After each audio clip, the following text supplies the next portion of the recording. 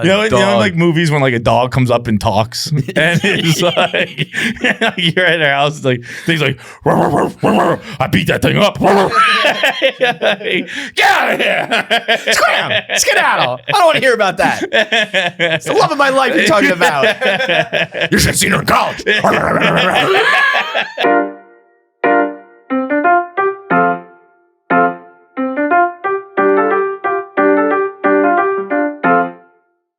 Today's episode of KFC Radio is brought to you by Jack Pocket. Jack Pocket. Jack Pocket. Yo, we're up to 800 million on the Mega Millions. Now, I explained this on 1 Minute Man the other day. I don't know if people realize, because if you've been paying attention in the last like 5 years, lottery, Mega Millions and Powerball has gone through the fucking roof. And I was like, what is going on? Where all of a sudden we have 9 figures like all the time. And they changed the number. Your Mega Millions that you have to hit, the mega number, went from 1 out of 15 to 1 out of 25. Okay. So the regular numbers actually went down, but the 1 mega went up. So that's like it went from 1 in 250 million to 1 in 300 million, which is enough to make it just keep on going. So I've been looking at, this is going to hit probably over $1 billion. This will probably be like 1 billion when it's all said and done. 1.1 maybe. I've been looking at what I would buy. Yeah, we got to talk about this. Yeah. Well, there's 2 different routes I'm going to go. If it can get over to $1 billion, I was going to say, so I've been looking at franchise values around sports.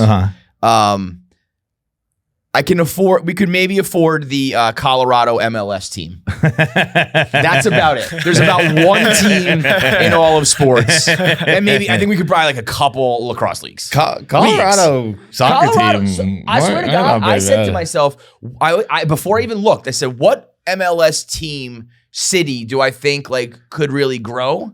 And then I saw that they were the most affordable. I was like, hey, now that's an investment. Yeah. But I still think once you do half for the lump sum, I was thinking half for taxes, about 500 million for that, which is crazy, by the way. Right. That like, there was a time, I remember doing this with my friends back in the day when the Miami Heat were terrible. They were like 400 million bucks.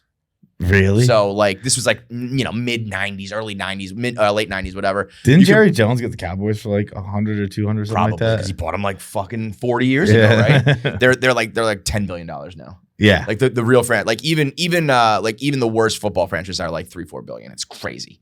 But so if this jackpot gets high enough that I can buy an MLS team, I'll probably do that. Yeah, look at that. He bought it for 140 million, and now it's worth like, I think I saw like 10.9 or something like that. Yeah, that would make sense. I think the Pats around 8. So officially, the Knicks were forever the number 1 NBA franchise, but the Warriors have passed them 11. Yeah, the Warriors have passed them by like a decent margin. Really? The Warriors are worth like a couple billion more than the Knicks. I think the Knicks are still like in the 5-6 billion, and the Warriors are up around like 7-8, which is crazy. I mean, Steph Curry does not get enough credit. The Warriors were like a fringe franchise. You know what I mean? Like a couple things back in the day with Chris Mullin and Tim Hardaway, and like they had a little bit with Baron Davis, and then nothing. And for me, their greatest memory was like being an 8 seed. Yeah. The one time they beat the 1 seed, but right. You were an 8 seed, right? And now they are, you know, and it's like started with Steph Curry, like to the day. But yes, my list of other things that I'm going to be buying. Number 1, in the vein of Tyrese having Benihana in his house, I'm going to do a pizza place. You know, pizza oven is what I need. Really. Right. You know, those big metal fold downs, and you have the wooden plate thingies and a person to run it.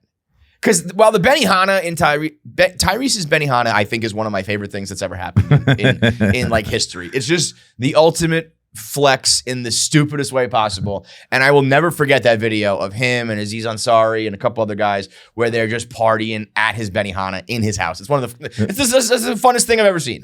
But how often do you do that? Maybe once a year, a couple times a year. The Benihana loses its flavor, you know? For sure. Pizza. If I could walk in and have like real pizza ready all the time, it'd save me about 5 minutes because I usually just stop at the pizza place on the way. But if you could just have real pizza in your house all the time, bingo. Number 2 was where we were really cooking. The private gas station. What? Where are This you came going to to my gas mind. stations that there's like lines? I'm not going to gas stations where there's lines, but I just got to drive to the gas station. But like you're out driving anyway. Yeah, but they're out of the way a little bit. Are they? Well, especially if you're driving in New York, because like there's New York like, City for yeah, sure. yeah. Like sometimes I get to work and I'm like, fuck, I really like drove that to empty, and now I got to go to like there's like 3 that are really accessible in all of Manhattan. But yeah, like if I'm going out now, like I got to almost go the opposite way to get gas from where I go to work. I got to go this way for a little bit, and then before I go to work, because I get right on the highway. Oh, I see. And then there's like I really don't think there is like a traffic like a rest area. That one's a very personal one. Gas stations are everywhere. You just pull in think they're and you just get gas and you pull out. I'm talking about if I have $1 billion, dude, I want to make everything in my life as easy as possible. The fact that if I could just be like, right there in my driveway, that would be nice, but it's but you're that's what I'm saving talking about. yourself 3 minutes every week. A lot of minutes. Those minutes add up. Those minutes add up.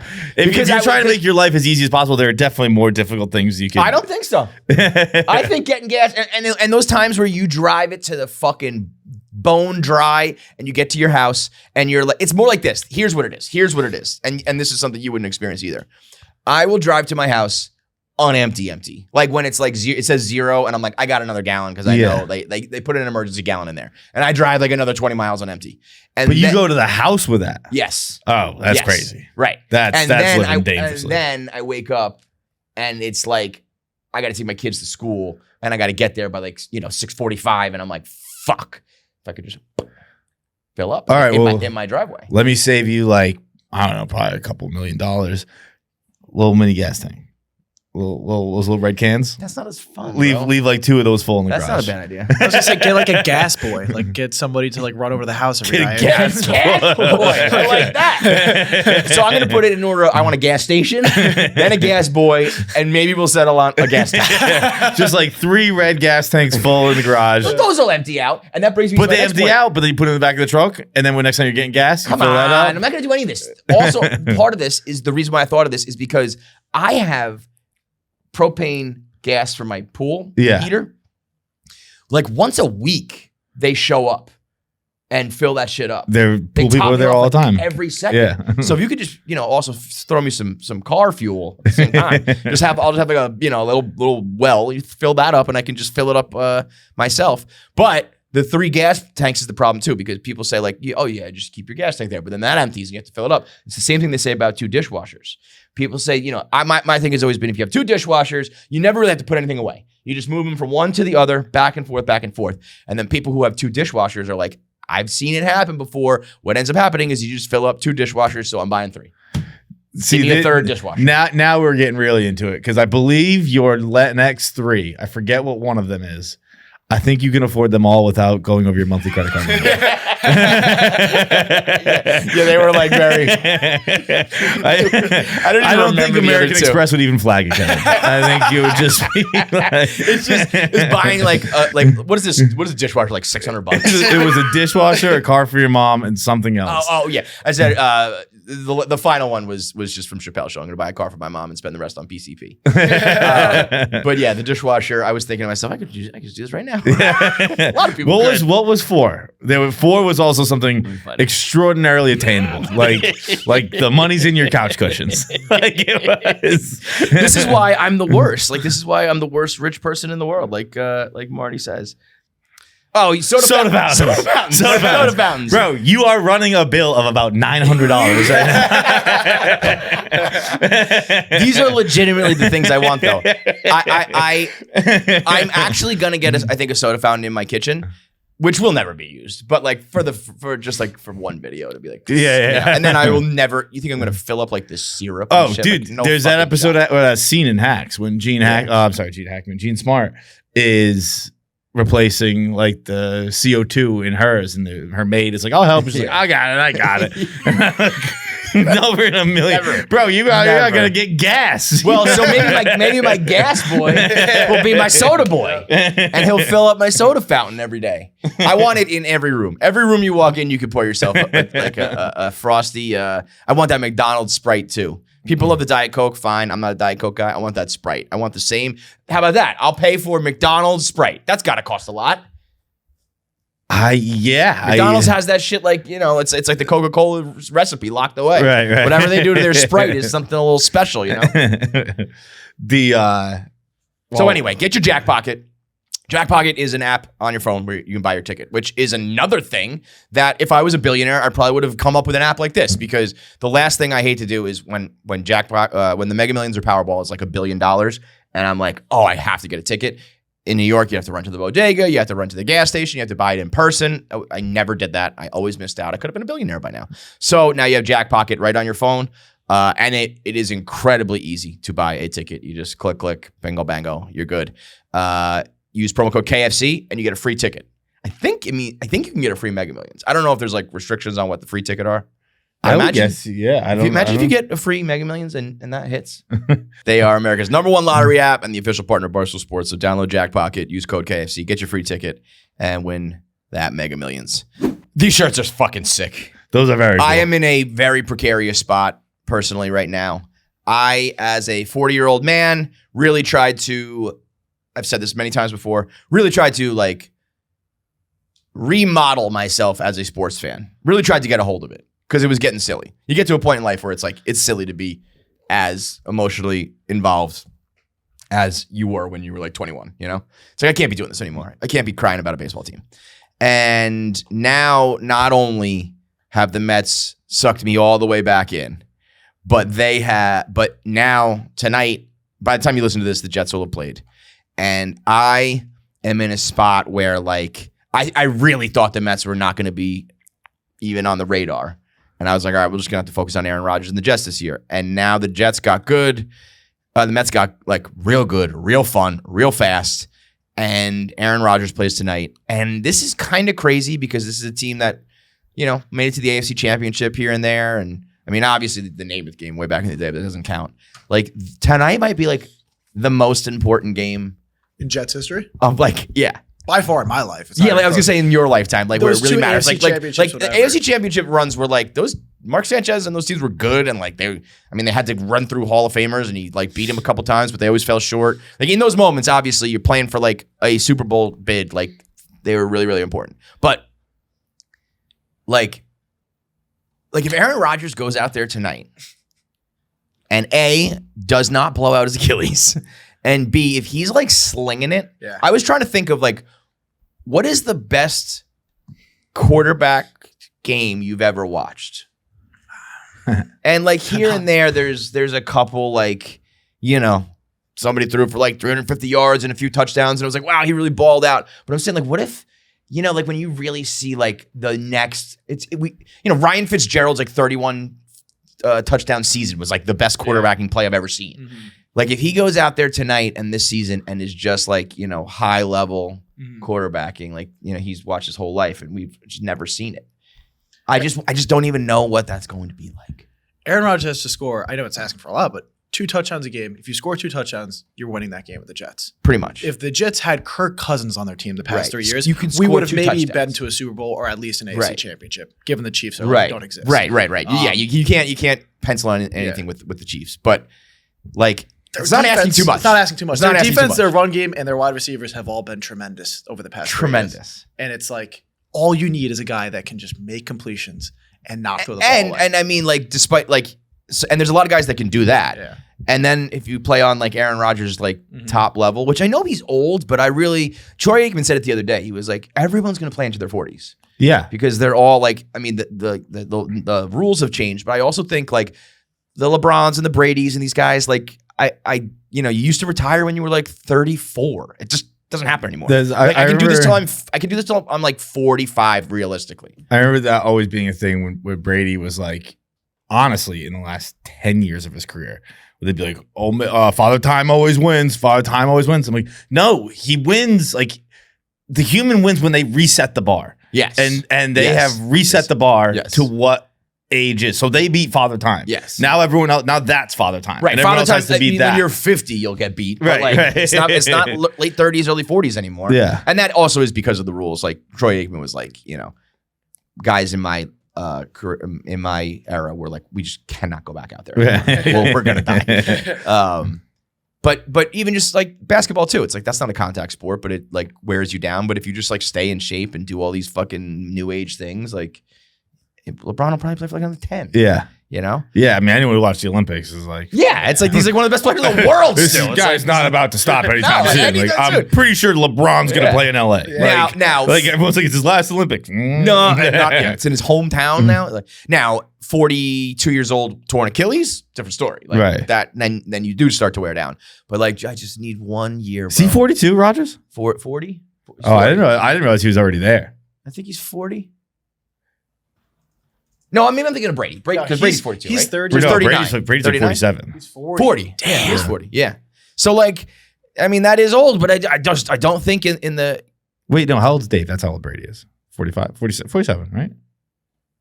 Dave is 47. Yeah. Okay. I think. I don't... Because I've been calling him, like, I always made fun of him 2 years older than he is. So I don't actually know his age. Yeah, 47. Dave's born in 1977. I assume, right? I mean, they both graduated college the same year, so I assume. Yeah, that is crazy. Do you remember when you had the fake ID from the 70s? Yes. Yes. Yeah. 1978. Connecticut ID. By the way, Brady, as an announcer.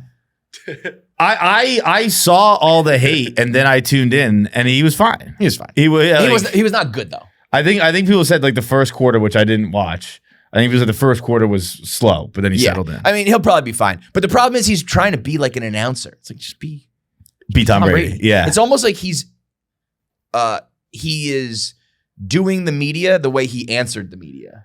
You know what I mean? Yeah. I've seen give us the roast Tom Brady and the locker room Tom Brady a little bit more. Even like the podcast appearances he's done where he's like. It's always like media trained, right? Yeah. But I know I saw from Awful Announcing, he had a couple like big calls where he's like, watch Micah Parsons. He's been on him all day. He's been on Watson all day. Like he's going to be in his grill right now. And then it happened. Parsons got in his face, tipped the ball, interception. Got it. It's like the little Romo effect. Yeah. I heard there was something where he was like, if you think throwing the ball 10 yards is hard, like you should try to throw it 20, and throwing it 20, you should throw it 30. It's just like, yeah, I know. But it was more just like, it actually is a testament to the other guys who like you just take for granted every day, where he just sounded like, you know, kind of weird, where it's just like you're just not like perfectly like fluent. Yeah. These guys are all the fucking time.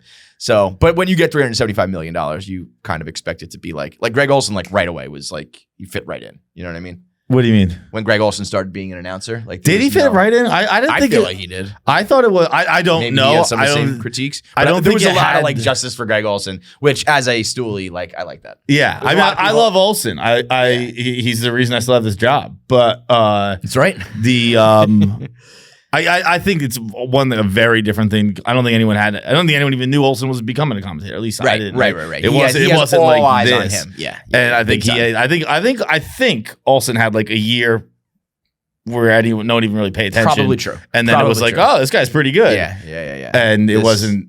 This game was on everywhere in America. Yeah, this was the full Fox broadcast. Right. There was I forget what the other game was, or there were two other games. There was one little locale that had whatever the local game was. The rest of America was this game.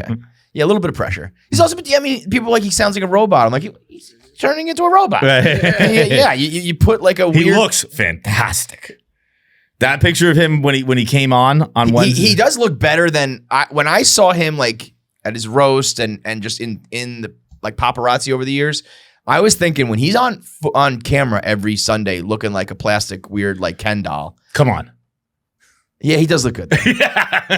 What? Why is he like a sheep? The cheeks are still weird. The cheeks. He definitely has the lips Zoolander too. cheeks. Yeah, like he definitely had that surgery. I think where you get buckle fat removed. But there were times where he looked like one of those like if Tom Brady had buckle fat removal surgery. I mean, look at like Kevin Burkhardt has a normal fucking cheeks. Why Kevin Burkhardt's not one of the most elite athletes that's ever lived on the planet? But what does that have to do with your fucking cheeks, bro? Yeah, the shape you're in. Take off their shirts; they look pretty different too. I don't think that being in good shape is a sign of your cheeks looking like this.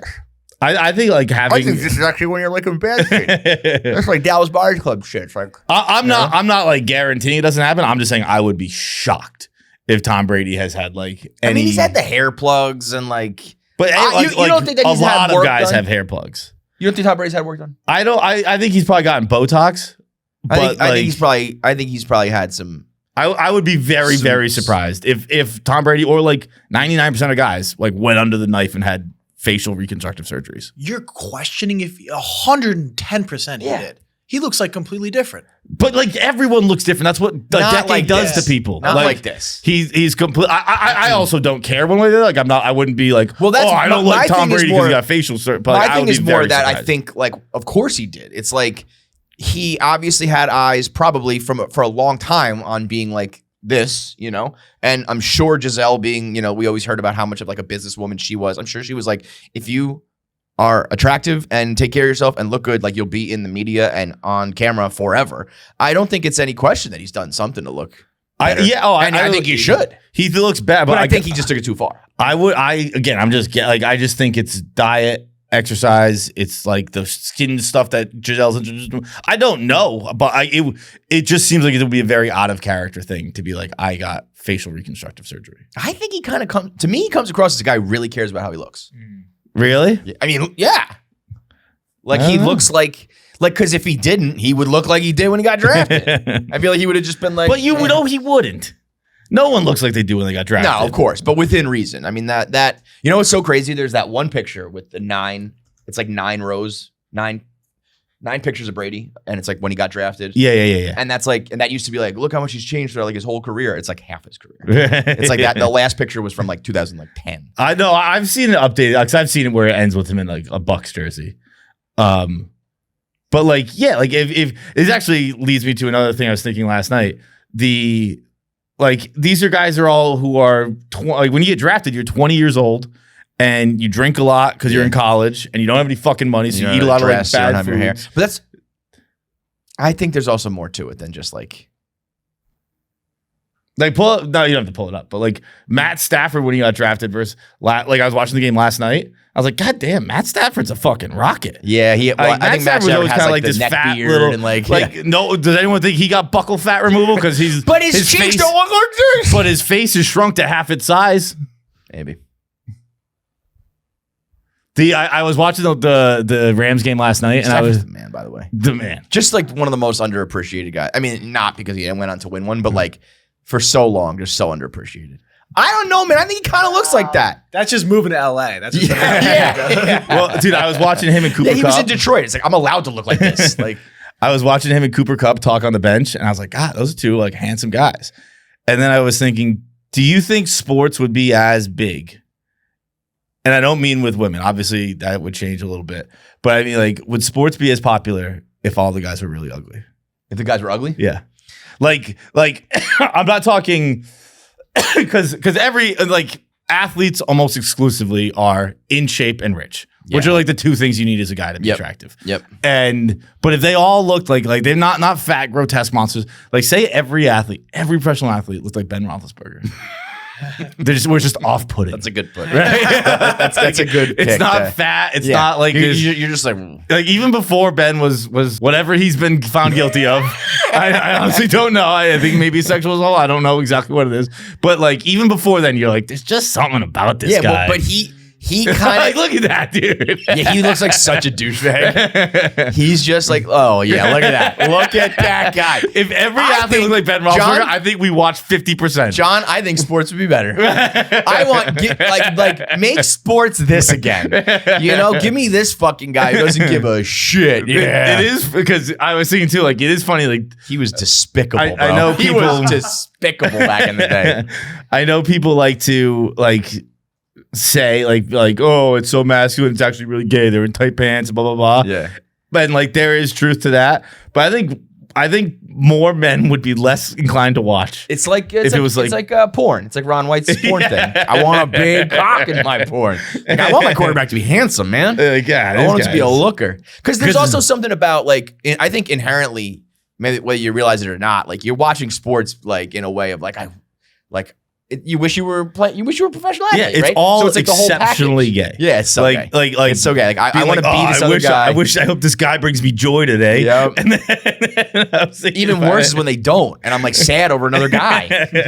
Like every aspect of it, even like the gambling of it when you're like, dude, don't say that. Don't say my over hasn't hit yet. you're like, this is also, I look, 99% of the stuff I love is super gay. But liking sports is crazy gay. I hope these fucking hot dudes out there go make me happy today. Oh, man. I don't know why I was watching sports alone. Probably celebrating a Ramondre Stevenson first touchdown. I was like, yes, he did it. What the fuck is wrong with you, John? Get together, dude. Yeah. Well, that's what I was saying about with the Mets. Is I was trying to get a hold of that, trying to reel that in, and now I'm wearing this shirt. This shirt is fucking awesome. This shirt's got it all. We got Grimace, we got Seymour Wiener, we got the Haktua girl, the OMG photo, and Lindor. I mean, this is the whole season in a nutshell. I think maybe the Red Sox, maybe you're the wrong person to ask this because the Red Sox have this. I don't think other teams have as much shit like this. The Red Sox do kind of have it with the beards and the dance and the stuff over time. I think other teams, I don't know if it's I just feel like the Mets always have shit like this. And maybe it is happening everywhere. I just don't think the Tampa Bay Rays have all these memes and these fun things and shit. Yeah, I think it's probably a mix of both. Yeah. It's definitely because we're more involved, we notice it more.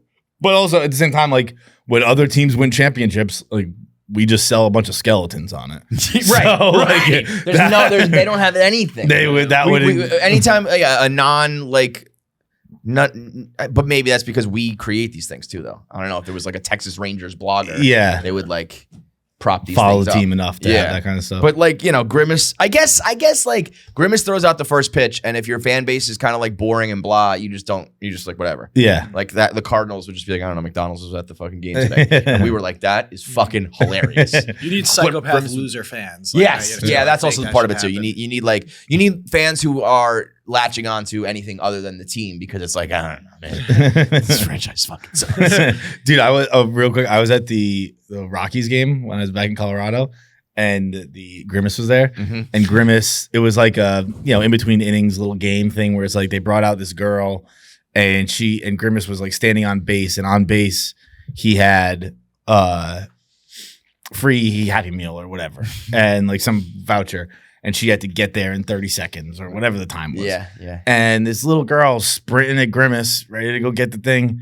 The hamburger comes out of nowhere, steals it, never gives it to her. He just runs off. I was like, what the fuck? And she was standing there confused, do I chase him? Where do I go? And then, that's awesome. And then the time ran out. Then the people just shuffled her off the field, and that was it. Dude, the Mets do one. Can you steal a bag for Duncan? You have to run from kind of left field, almost the wall, to third base. Get the base and run back. It's fucking far. And I've only seen one kid ever come close. The rest of the time they're running, they're halfway down the line with the bag and they're you lose. Not even fun. It's some 7-year-old who's got to run 120 yards. Yeah. It's crazy. Back to the nosebleeds. Elevator's broken. I don't know. I mean, the Mets have been the best team in baseball since May.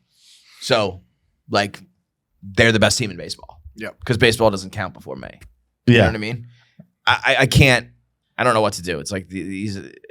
It's the opposite of what usually happens. So it's I don't know. Everything is the polar opposite. So I'm maybe this is the year. That clip of Gary talking about rock bottom. Have you seen it recently? No. It was around game 5 of 162, and there was no one in the stadium. That's when I consulted. Yeah, that's when I think that was that you consulted, and then Gary said this is what I would assume is rock bottom.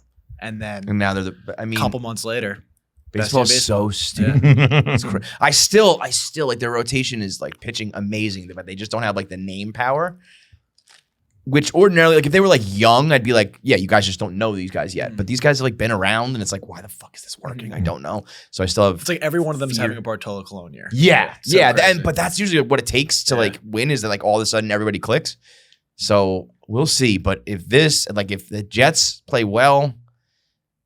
And Aaron Rodgers balls out, and the OMG Mets are making a big playoff push. Knicks in a month. Oh, the Knicks are like penciled in. Like that's gonna be good. I mean, I'll finally get to live like 1 year of your life. 1 year out of like 20 of your life. You probably have like 20 of those, right? Maybe like 15 of those. Oh, no, more than more? that. More than 20? Probably, yeah. Of where like just like everybody's good? Where hope springs eternal kind of deal? No. Where like everybody is like a contender. Oh, everyone's a contender. No, that's probably 15 or so. Yeah. Fucking nuts. Just give me one, bro. Just give me one of the teams. I don't need all three. The Bruins are basically a contender every year. The Celtics might fuck me, but I don't really pay that much attention to them. Yeah. But Sox are up, down. Bruins, Pats, Sox were like contenders. We beat the piss out of the Sox. Those guys stink. I thought they were kind of like in the mix, and I think they might record-wise still be, but like they got butt fucked. Sharp crash down to back to earth. I'll be there tonight though. Section 10 night is cool though. Yeah, that'll be fun. Yeah, that'll be cool. If you could have one win out of the three right now, which Mets. It's always Mets. Yeah, it's always Mets. It's always Mets. Like Super Bowl would be more fun because winning the Super Bowl is sick. But football's bigger. But the Mets, I would legitimately take a bullet for. Yeah. I would sob. All right, we all know I am a live event person. You got to be in the building to really experience it, really feel it. You can do that very easily thanks to Game Time. It can be a concert, football game, comedy show. It doesn't matter. We use Game Time. It is the official ticketing partner of Barstool Sports. And again, by now you know how much we love Game Time. But now they have a new thing. Now they have Game Time Picks. It is a new feature, and they're making it even easier to get into a game. You thought it was impossible, didn't you? Well, foolish. That's very foolish of you to think like that. Game Time Picks. What is it? I'll tell you. It filters out all the fluff to show you only the incredible deals on great seats. Okay? None of those nosebleeds, none of that. It's just incredible deals on great seats, so you don't have to waste time searching through thousands of tickets. I was looking at tickets for the Sox. I'm going tonight. All you got to do to use GT Picks is you turn on GT Picks, sit on the setting on the top of the screen, then you browse to look for your best local Game Time Picks deals near you on your Game Time app homepage. There's countless times where you're like, what should we do tonight? Open the Game Time app, open Game Time Picks, see what's around, see what's got a great price, get in the building and feel it. What are you waiting for? I'm going to go buy Sox tickets right now. Download the Game Time app today and use code KFC to easily score great deals with the new Game Time Picks. What time is it? Game time. Who? I have full tinfoil hat, full conspiracy mode on Kendrick Lamar with the Super Bowl. How's that? I am like, I really fully believe everything Drake's been saying about people trying to take him down now. Kendrick Lamar being the Super Bowl headline is ridiculous. Yeah, I agree with that. Like insane to the point that it makes more sense to me that like they're doing that. There's an agenda than just saying like, oh no, he's a big name. He can do the Super Bowl. He cannot do the Super Bowl. There are, I would say like 90% of America can't name like a single Kendrick Lamar song. I would agree with that. My thing is, if it was in Kansas City or I don't know, some other fucking shit town, sure. In New Orleans, it doesn't make sense. Yeah, if you're gonna now, a lot of people are saying, Kendrick Lamar has won like a Pulitzer Prize, and he's like this give it back to the community, and Lil Wayne is like this fucking, I drink lean and fucking have seizures on planes type shit, So I get why that is in play, but it brought me great joy that the overwhelming reaction was this should be Lil Wayne. Because even Wayne, yes, should be there. I don't even think it should be Wayne's show. Like music in New Orleans. Okay. So a lot from the rap world, it was like if you're gonna have a rapper in New Orleans for the Super Bowl, it's got to be Lil Wayne for sure. But you just mean like in general, it's such a musical town that like it's such a and like yes, you have Wayne, you have Juvenile. They're like I saw at New Orleans at Jazz Fest, Big Frida, Harry Connick Jr. I saw Big Frida in New Orleans. It's probably the best concert I've ever been to. Really, Big Frida in New Orleans at Jazz Fest but was these fucking things, though, insane. I know what you're saying. This Super Bowl has to be like, but that it would one be of those gazelles we talk about. It would be like Wayne, but Big Frida's there, right? And I actually I would be surprised if Kendrick Lamar doesn't bring out Big Frida, but I'm sure there'll be he did it at his pop up show. But like he's heavy rap. And like people were like, well, what about last year? It's like last year were pop stars. Rappers became pop stars. Yeah. And it took like the Avengers of all of them to get on stage at the Super Bowl, where it was like, okay, you'll have Eminem and 50 Cent and Dr. Dre and Snoop Dogg and, you know, like, I can't think of, I mean, outside of the rap genre, people are going to be like, I don't know any of these songs. Like the average white person, the average girl, young people, old people, like there's like a slide in between that knows them, but no young kids are going to really know. Except for like not like us, but I don't know. Can you play like your pedophile song at the Super Bowl? Like, it's just. And I'm not even like saying that as hate. It's just like you have to be a top 5 person to do the Super Bowl. Yeah, because you have to appeal to like 100 million people. I think there will be a huge chunk of America that will be like, I'm not even going to watch this. So I'm going to like go to the bathroom. But now he does put on a good show, and I actually think there'll be a lot of people going like, holy shit, that was a fucking spectacle. But they're just not going to know any of the fucking music. Him with, was it Imagine Dragons? Yeah. It's still one of the sickest things. It's insane. Ever. And he'll do that. Like he's so smart that like they are going to like seize the opportunity, but you just have to have a certain cachet going in. But isn't that the point of having Jay-Z be like the director of all this? Is he's like, this guy's going to put on a fucking show. I think that's where I'm more like, I think it's an anti-Drake thing. But is that it also isn't that like a fair reason to give it to him? If it's not even anti-Drake, if it's like, yo, Kendrick Lamar owned the year, I think then he gets a Super Bowl. So that's my if the rule is that if you win the battle rap of the year, you get rewarded the Super Bowl, I'm down with that. Well, I don't even mean like yes, it was obviously a battle rap, but like culturally for the rap world, Kendrick Lamar has been. Totally, but I think that's still such a smaller subsect of society where it's like, I don't think, you know, the average person over the age of, I don't even know what. I guess actually, that's where it's that weird in between. Old people are not going to know that. And I don't think young people give a fuck either. Yeah. It's just like, I guess it's like my age, which is kind of like that demo of.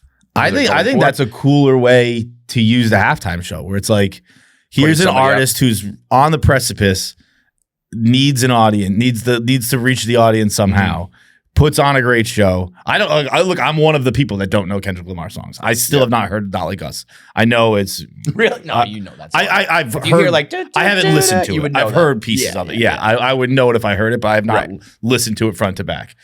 Like, I'm kind of interested to see Kendrick Lamar put on a show. Yeah, I think that there will be people who are, but I also just think that from a. I think people will walk away being like, that was, when it's done, it'll be good. Yeah. I think people will be like, whoa, like he did deserve it or he did shine or whatever. But I think going in, there's going to be the least amount of like, I mean, when it's, you're talking about people who have like 15 #1 hits. You know, it's like it was like for certain people, it's like, oh, he has to leave off like this song because there's not enough time. This is, I don't know what he's going to play. But then you play your battle rap songs because that's what, like the most popular shit he's done is battle rap, which is awesome for fans like me. But for the 100 million, for the vast majority of that 100 million people watching, I think they're going to be like, I don't know who this is, but that was cool. I think that's a better way to do it. Like when they could be true. Have like Aerosmith come out and you're like, Jesus, these guys look like they're 1,000. Yeah. Like, I know this song, but this is actually kind of sad. And I do think Kendrick Lamar is very, very smart, as we saw, like how he just like assassinated Drake, that he probably has all of this, like understands all of this, knows what the response is, and is going to shut people up like he did. But, you know, and maybe that's just like it's a shift in how they're going to do the Super Bowl.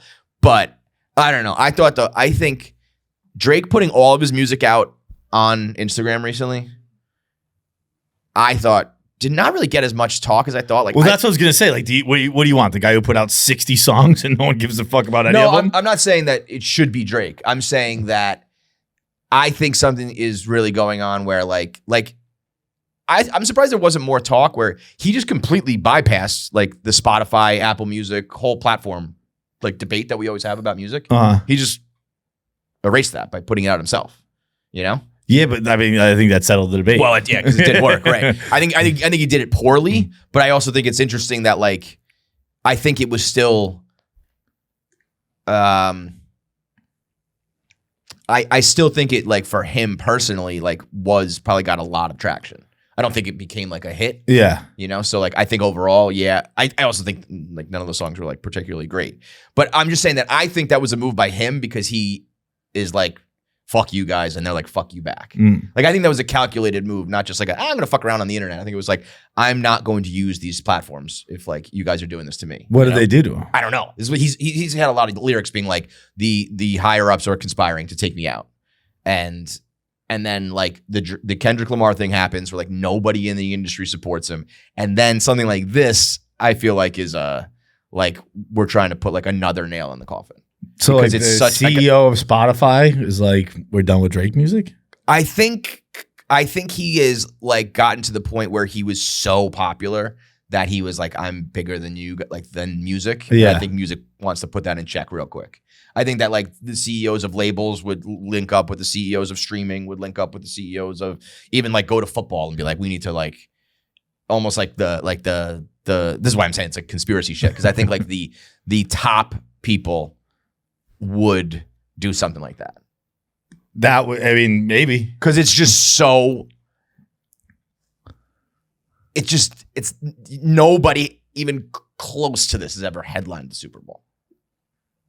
Yeah. It's such a small act compared to the other people. Who's Jay-Z selected since he's been in charge of it? I don't know when did he like officially get I would think 2021. Because I think he also like notably does not like Drake. Like it's a very big thing that he tried to stop Drake when he was on his rise and like failed to do so.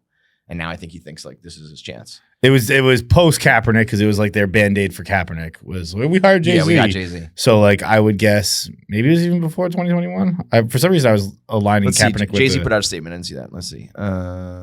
Kendrick Lamar is truly a once-in-a-generation artist and performer. His deep love for hip-hop and culture informs his artistic vision. He has an unparalleled ability to define. Yeah, I mean, this is just like a bullshit, like, you know, kind of whatever statement. I mean, yeah, if Jay-Z is like, we are putting rappers on because like I want my people and my like genre to just like take over, that could be it too. But that is such a staggeringly, like there's just so many people who do not know this guy. Yeah. And as many people as there are, and it's just not a knock on him. It's just like there's just so many people who don't know him, and if they do know him, they barely know his music. The West Coast is gonna love it. Hip hop heads are gonna love it. People are gonna walk away going, "That guy is incredibly talented, and that performance was amazing." But going in, I think they're gonna be like, "I don't know any of these songs." But like, unless he like plays covers and brings people out, and like, you know, maybe he has Taylor Swift come out to do the verse, or you know what? Like if he does shit like that, fine. But if it's just like a Kendrick Lamar catalog, I think people are gonna be like, "I don't know any of these fucking songs." From my experience with Kendrick Lamar, I think I'm interested to see it. Just because I know about the Imagine Dragons thing, and like I know that he brings out people and shit like that. Like I'm almost positive Big Free is going to be there, which is going to be sick. But what was I just going to say? Fuck, I just lost it. I think the halftime show of the Super Bowl is almost like an opener at a concert, where like you should bring out like everyone's coming for something else, but this person's fucking awesome and you should know about him. I think if that's the way they're going to do the halftime show, that's cooler. Okay, that's what I mean. That's just a wild shift. Yeah, if they do that. I don't think they will, but I think it's mean, cool. that's a crazy forum to do it. Yeah. Like 100 million people are watching. We need to put on the best show possible. We're going to give it to like someone who's on the verge. I mean, opener's not a perfect analogy because like, but I guess it is kind of for like I always, when OAR was big, Mark Roberge has had openers who are like the most famous people alive. Yeah. Like they had Maroon 5, they had John Mayer, they had, right. And where it's like, you guys are coming to see me. I get it, put you but on. you got to know about this guy. Yeah. Like, but again, it's a wild shift for the Super Bowl. But if they continue to go that path, which I don't think they will, I think that's a cool way. The only thing I could see them saying is we have heard the criticism of like putting corpses up there, but I don't think it's been that in recent years. It was that like in the like the 90s, it was like you putting some old motherfuckers. I'm trying to think of the last. Recently, 4. I feel like it's been like Usher was you know. Still young enough. Rihanna, I don't think did a good job, but Rihanna's, I think, the polar opposite of like this. I think Rihanna is like, holy shit, and did a bad job. And I think it'll be like the opposite for him. It would be like, what is this? And he'll do a great job. But going into it, everyone was like jacked up to it to watch it. Because I think at the end of the day, they're just trying to, you know, make as many people watch. But I mean, yeah, in recent years, it's like, it's Usher, Rihanna, Beyonce was within the last 10 years probably. Shakira and J-Lo was in the last 10 years. JT. Bruno Mars was with Like, think about, they had Bruno Mars and Beyonce, and I think there was a third group. But that was just now, like, I think that was just oh no, that was announced as Bruno and Beyonce, right?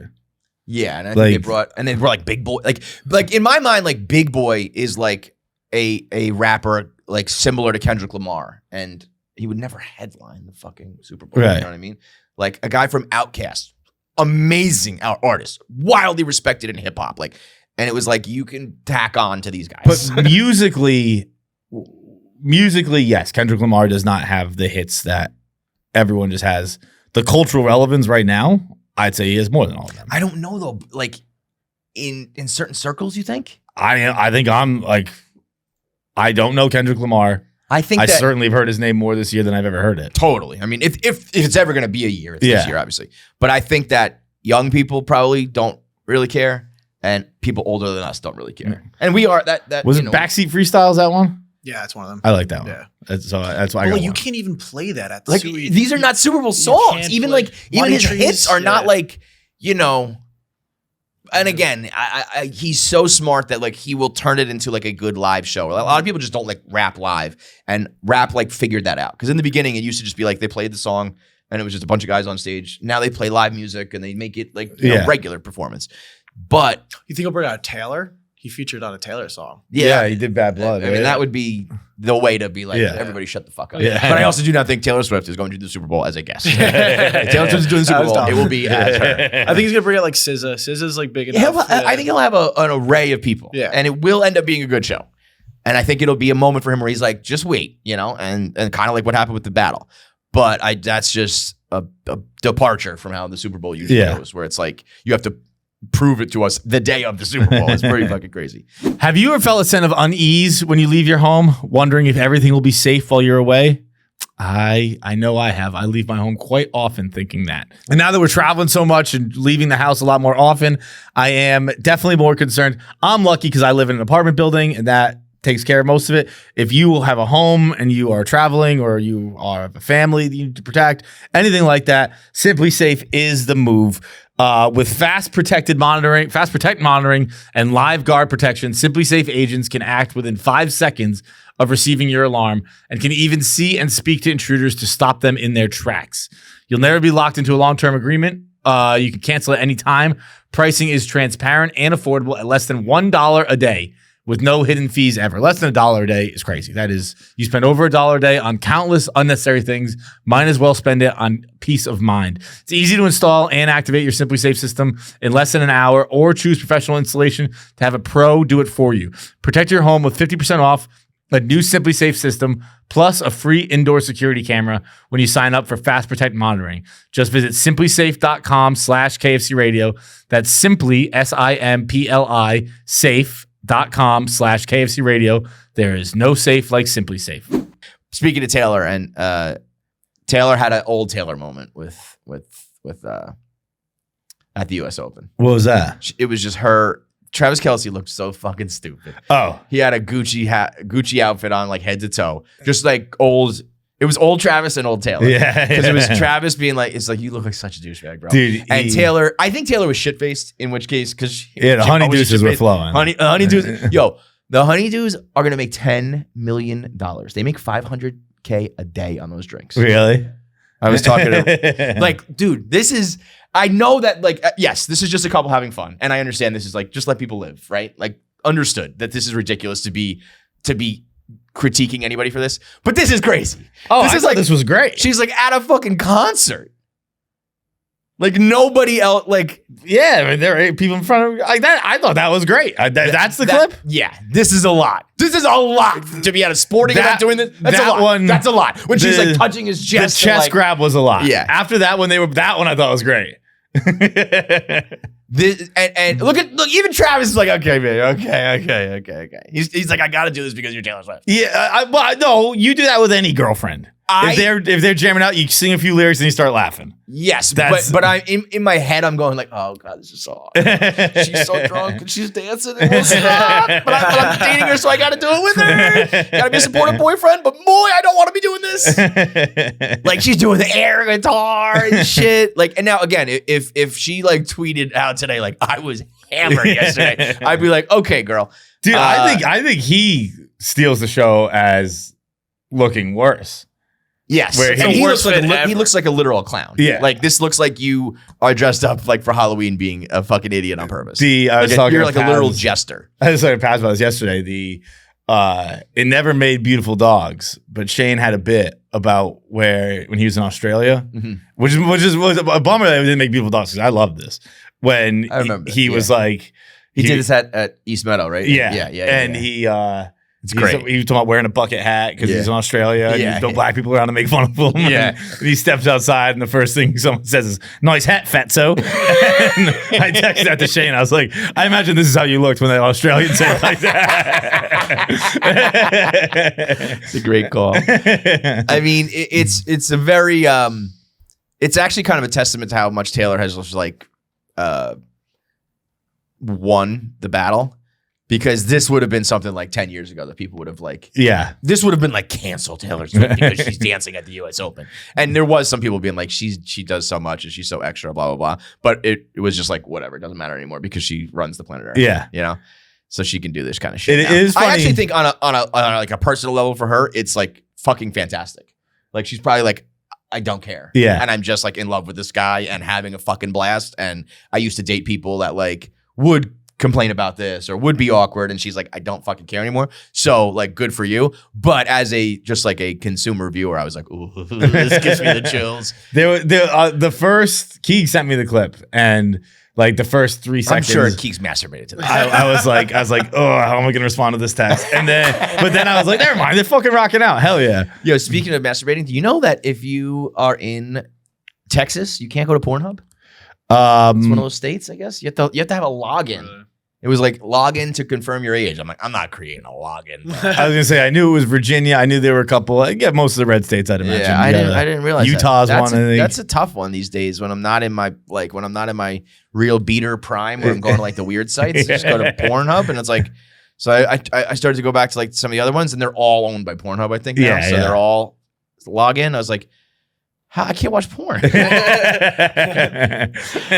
videos is still, off the beaten path. X videos is fucking weird, man. X videos is a little weird for my 40-year-old self. X videos is tough because like the second you log on, their's that pop up. Well, I feel like I can feel the virus like coursing through my phone. It's like my phone is like shaking from the virus.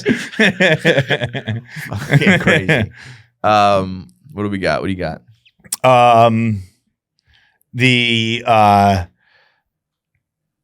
A girl I follow on Instagram, I'm on her close friends, and what people do? They're so desperate. There are like influencers and shit who are going through and putting all of their followers as close friends. So that makes sense. Because I'm on a lot of close friends. And I'm like, what the fuck am I doing here? But could you imagine sitting there? Like, you have to do it manually. Oh, you have to do it manually? So they're like, I do like 100 a day. Got problems, dude. And if you're a person, you have like thousands, hundreds of thousands, tens of thousands. That's insane. But how many people would go, I'm on your close friends? See, I get the exact opposite reaction. I'm like, why the fuck am I on Well, this? yeah, but you're you and they're them. But I follow this girl, and she had, I don't know if she was on a date. I don't know what she was on, but she posted on her close friend story just a picture of a guy at dinner. And it was not in a date position. Like, it wasn't right away, but so I don't know, some guy she knows. And they just had a quote, which presumably was from him. And it said, I'm Eskimo friends with a dog.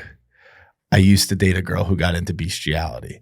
And I was like, that's the most rad shit. Hell yeah. That trumps every... Dude, I've never been an Eskimo Bros guy. Like, even in college when people like love that shit, I was like, I don't want to high five you because we fuck the same girl. That's weird. Like, let's keep our distance here. Not even keep our distance, but like... we don't need to celebrate that. It doesn't need to be a fucking thing. Yeah. But if I was Eskimo Bros with fucking Beethoven, like... Come here, Billy boy. Come here. Do I got a secret for you? It's one of the sickest brags of all time. Like, that's top 0.001% of society. Like there's probably maybe on like 5, like you can count on one hand the amount of people. I've been in the same pussy a Cocker Spaniel has. That's fucking. Now that is also. Do you think that's like yeah, she got into some shit after I fucked her, or when you were fucking her, you're like, this is the kind of girl that might fuck a dog. Because there's a big difference. There's a big difference if like you used to date a girl and then she just went wild after the fact, or if while you were fucking her, the thought went through your head like, this girl might have been fucked by a different species. Yeah. It's, now that you're clarifying it, it would have to be post. Yeah. I don't think I could be fucking her and be like, I just like a dog can do things I can't. Those dogs can really go. I got competition with people with the same dexterity as me. I don't need to be fucking around. Like, dude, dogs with doggy styles, like, you merely embrace the dog. I was born into it. Shit was named after me. Yeah. They don't call it human style, they call it doggy style. That's hilarious. You know, like movies when like a dog comes up and talks, and it's like you're at their house, like things like I beat that thing up. Get out of here! Scram! Skedaddle! I don't want to hear about that. It's the love of my life you're talking about. You should have seen her in college. What's a body count? The dog, man. And you know what? Now here's another question. Every dog you fuck counts as 7 on the body. Here's another question for you. Does the type of dog matter? Yeah, I think it totally matters. I think if you fuck a German Shepherd, you are a slut. If you fuck like a golden doodle, it's like those are basically like a white person. You fuck like a Doberman, if you get fucked by a pit bull or a boxer, you are a whore. I was gonna say a pit bull. Like I've seen their back muscles. Like that pit bull's probably holding you up. Pit bull's fucking you standing up, and I gotta come in and compete with that. Get out of there. A pit bull, no doubt, fucks better than I fuck. No, definitely has more stamina. Dude, I have like a floor length mirror in my room. I've had sex in front of it a time or two, and I'm just picturing a pit bull like looking at himself in the mirror, like Patrick Bateman, like he's got her leg fucking around his haunch. This dog hump, this little motion. What is if you were going to fuck a girl after she fucked a dog? What type of dog would be the best that you could like look the other way on? I mean, it's like everything, right? It's got to be like a tiny little nerdy dog. Like you got a little fucking chihuahua or something like that. Yeah, but even that like I think I want somebody in the middle, just like a lazy, just a golden doodle who made love to her. yeah. I didn't fuck the dog. The dog made love to me. It's different. Honestly, yeah. Like you don't want to know if your girl has been like fucked by some guy who's just like big dick, big body, big all that. You want like you just like fuck that regular guy. Yeah. So give me just like a mutt. Just give me like a droopy eared mutt, a beagle. Yeah. You can fuck a beagle. Yeah. I will fuck you if you fuck a beagle. That's it. Any other species, you're out. That is something, dude. And now I would also let's be gentlemen here. Anything other than a dog, no go. No go. That's that's a big time. You can have a cat eat pussy. Yeah, that's true. Just a cat grooming you. Just licking your pussy. They'd probably be great at it. Just a little tiny tongue. But if, I can't even imagine. When you think of bestiality, I mean, like if someone who fucked a horse or any of those things, crazy. Yeah, right. And if you like, monkeys or anything else, that's crazy. Dude, I'm scared to be in the same room as a horse. So if you fucked one, good on you. All right, voicemails, let's go. Hey, KFC Radio. This guy's awesome. Boys, Jackie, loving you on the third mic. Pavs, love you. I'm just out here eating a quick lunch, and there's a man over here who I'm going to assume is homeless, which is fine, but he's got a pigeon on his back. And you don't really see that too much. I'm in Reno, but it got me thinking, just like with all cultures, it's different from West Coast to East Coast. Do you think there's different homeless customs? Like I said, don't see a lot of pigeons on backs. I would say but maybe definitely. You guys see that a lot in New York City. Yeah, totally. It's got me thinking. That was going to be my point. Viva. Like I see that the people with rats running all. Like I was gonna say I wouldn't say I see it regularly, but it's certainly. I've seen it enough that I don't even react if I see it. I think I still would. I'd still go, oh shit, but like it wouldn't be a crazy reaction. Yeah. I saw some Where do you homeless say? people. Oh, he's in Reno. Reno, bro. I feel like Reno. You probably see some shit. I just don't know if they're homeless. I just feel like regular people there might be weird. Like the homeless people in Austin, I was there this weekend, were homeless. They were like, oh, that is a dirty homeless person, which I didn't think they were there yet. Oh, dude, you kidding me? Or that's a big thing there? Oh, I mean, when we went, remember we went to that breakfast when we were there? And we just walked down like that main street that was just full of homeless people. Yeah, I guess I kind of forgot that because I saw them this weekend. I was like, oh, you are like, you would fit in New York. Like I think of New York as the homeless capital of the world. Right. It's like, if you can make it here homeless, you can make it anywhere. You could be homeless in New York. You could be homeless in any city. But maybe some of these other New York homeless. I'll walk down the street. There's someone who sleeps in front of this Dwayne Reed. Every morning, I'm like, if I could sleep like that. Dude, they are out like a light. I mean, they're probably on heroin. So, but they sleep they look comfortably. Like comfy cozy. Like their arms. You know what I mean? They're not like, let me curl up and like. No, like, this one was cozy, but like curled up cozy. Like had a pillow. I like the guys who are like this, just like I don't know, you step on me, whatever. I'm snoozing. Pavements. It's either 1,000 degrees or like negative 1,000 degrees. They're like, but yeah, those guys are heroin. So I think homeless in like San Diego is like, I can't tell if you're like a beach bum or a homeless guy. Yeah. You know what I mean? I would think Reno's kind of you said the same. Like you're like, I can't tell if that guy you're playing poker at a tough night or right, like what's the deal with that? Right. Yeah. And then I mean you go to some of these other like hipster cities, the homeless people probably have like iPhones and shit. You know what I mean? So there's definitely levels to it. But I would say New York is king homeless. LA had a lot too, right? LA was like LA a lot. Yeah. Yeah, but I bet you there's also some, LA, like they're communities. I bet you. Here it seems like obviously there's one-offs, there's communities, at night and stuff like that. But everyone here seems to be like it's for me, which I guess is customary for New York versus LA, where at least what I know of the stereotypes, like it's like you're on your own here versus like hey we're all together. Like there is a lot homeless follow suit. Yeah, they got the overpasses. They got whole towns under overpasses. Yeah, for real. But I bet you there's some panhandle cities in Florida that get grimy with it too. Yeah. I think it's crazy that people don't go. I think it's so easy. And maybe this is because I don't like spend much time in resorts anymore. But like when I was in high school and college and I would like go to a resort and like all you do is just sign your room number. I'm like, why isn't this place full of homeless people who just stole some nice clothes? Get in there one time and you just hang out and just write a random room number down. Who gives a fuck? Yeah. Like I know that's obviously not a long-term plan, but at least for a night. But you got you got some time there. Bounce around. Yeah, There's plenty of hotels. Go to Orlando. There's 10,000 resorts, and just slide in. Yeah, it's not a bad idea.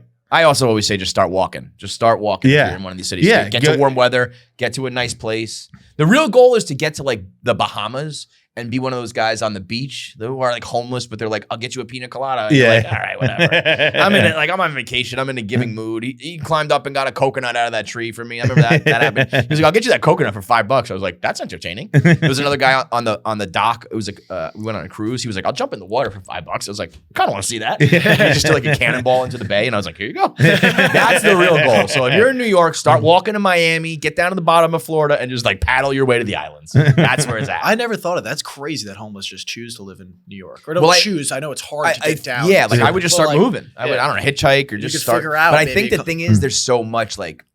I bet you can make money here, But then the cost of everything is so high. But there's also a lot of resources. Yeah, like you could sleep in the subway. But I mean even more resources like shelter and stuff like that. Oh yes, well, if you're homeless in the middle of the fucking turnpike, you're fucked. Like Tuesdays, I know when I get off my subway stop, I get off right by a church.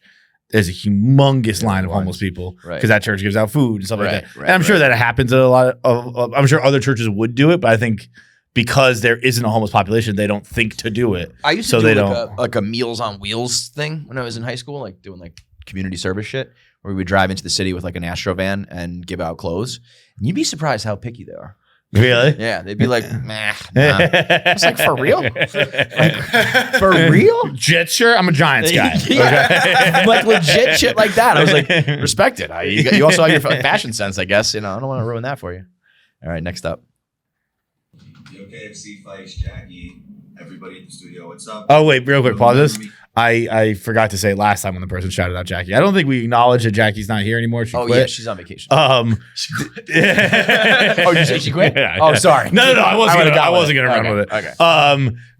But it was very funny when Jackie not struggled with the decision, but she considered it for a day or two when we asked her to join the third chair, and then she sent a text and like, you guys are so nice. I'd love to. I was just worried about myself. Whatever. Some text explaining why she took some time. And we're like, you're great. You're going to crush it. And then the next text was, by the way, I'm going to go on vacation for 2 weeks. 2 weeks. And it was 2 weeks. It was like the quickest taking advantage of, not that there is a new vacation policy. Anyone can take vacation whenever the fuck you want. It was some timing. It was some timing. It's like, hey, we're going to start this new era of the show. I'll be gone for 4 episodes. Motherfucker. Be gone for half a month. See you later. Yeah. Great. But Jackie will be back Wednesday, I think. I don't know if she'll be here Wednesday. Who knows? I think she'll be back. Who knows? Jackie might take her time. I don't think she'll be back for Wednesday. No. I don't think so. She'll probably be back next Thursday. Next up. Yo, KFC Fights, Jackie, everybody at the studio, what's up? If you don't remember me, I told the story of Captain Hook, the one-handed South Korean. Now, I got another one for you. This one goes a little bit different, but I was thinking about it, and you guys are going to go and run away with this. I fucking know it. So, another tale of Tinder. I match with a chick. We end up going bowling. Weird bowling, but whatever. Date goes fine. I go home, and I get a text at like 10 o'clock saying like, hey, I got a bottle of wine and a bottle of vodka in my trunk and a change of clothes. Can I come over? Bet. So, she comes over, whatever. The next day, she's like, I gotta take a shower before work. Do you want to come in? I'm like, fine. I got a tiny ass shower though. So she asked me to partake in some activities in the shower. I obliged. And at the finale of said moment, I start getting ready to get out, turn off the water. And she looks to me and she goes like, I can't see. Now, I will say, tiny shower. She was just getting blasted by the shower head. So I go, oh yeah, no, let me get you a towel.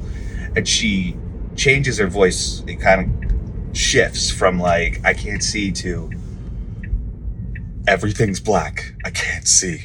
And I don't know if it's because I've been watching you guys and listening for so long, but the first words to come out of my mouth were, I kid you not, wait, so I fucked you senseless? So,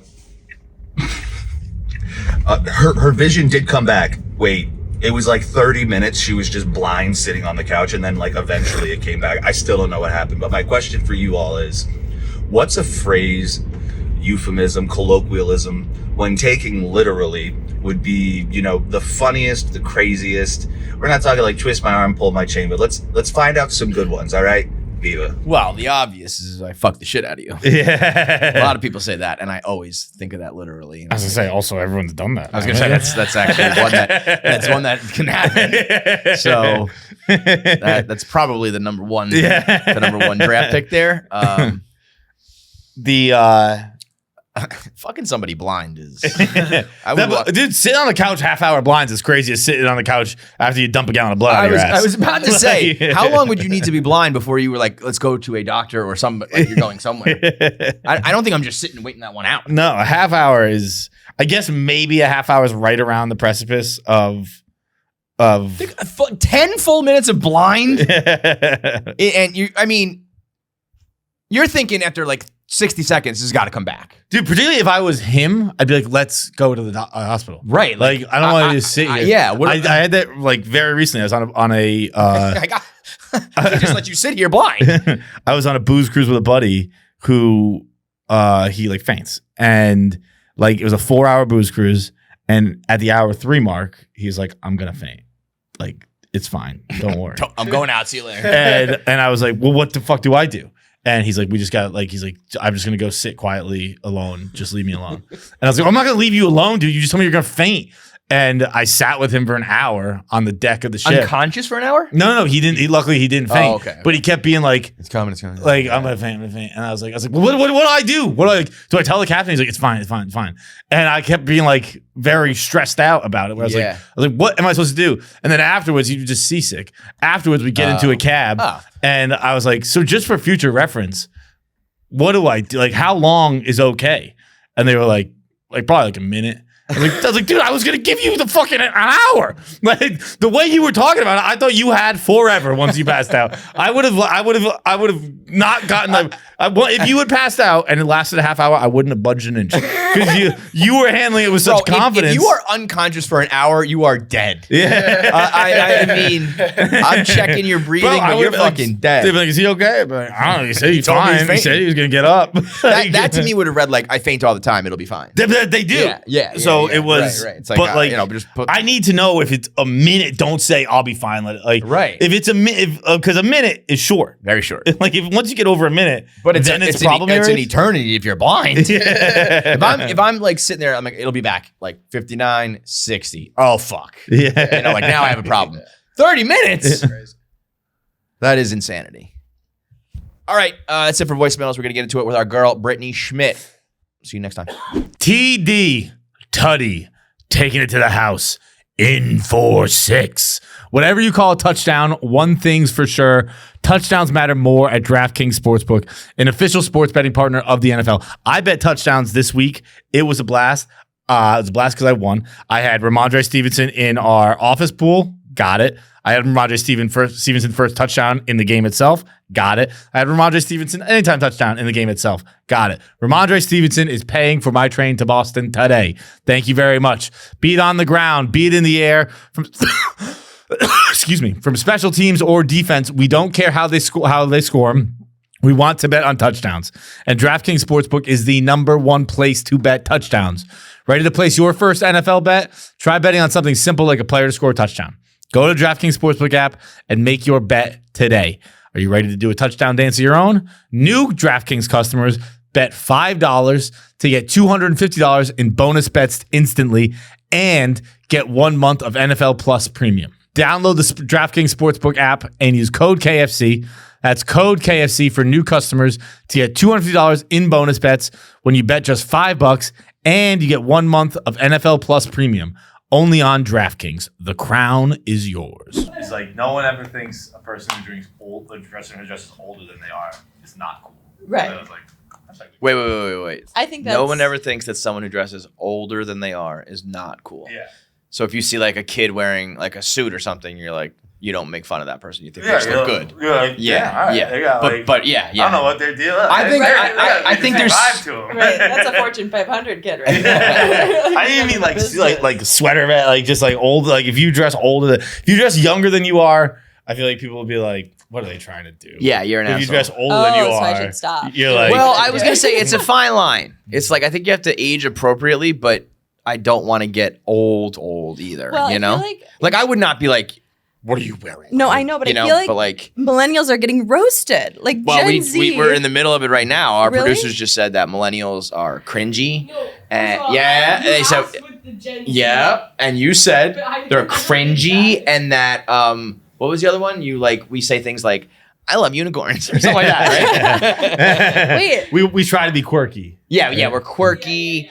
But I did understand the one idea Aren't of we like all just mentally ill? what? Aren't we all just mentally Yeah. ill? I don't Yeah. think it's quirky. I think we're just like autistic. We're like, I love unicorns. Well, I for sure think that we are the last generation that did not get like fully diagnosed every single time something went wrong. Yeah. Like, you know, But then we took it upon ourselves to diagnose ourselves. now And then we all told the we're whole doing, internet about it. We're like, now all we're doing is complaining that our parents didn't like do a good job, and we have every Right. disease under the sun. Yeah. And it's We're like, no, we're the you are first- just quirky. I don't know, Right. whatever. We're the first generation that's going to end trauma. Like, it's like, chill out. No, you're not. Yeah. Nobody's ending that. Talk to your friends. Break the By way, cycle. Yeah. Guilty of all of Yeah. this. Yes. That's why when they were talking, I was like, like a good example of like when we all found That's What She Said, like, so funny. Right. They're like, you're Right. fucking losers. Or like your mom. Yeah. I was like, I don't know, it's funny. It's kind of funny. It's kind of funny. Yeah. Yeah. I mean, I heard we can't wear ankle socks anymore. Yo, so I will not. There's some things I will like kind of cave on.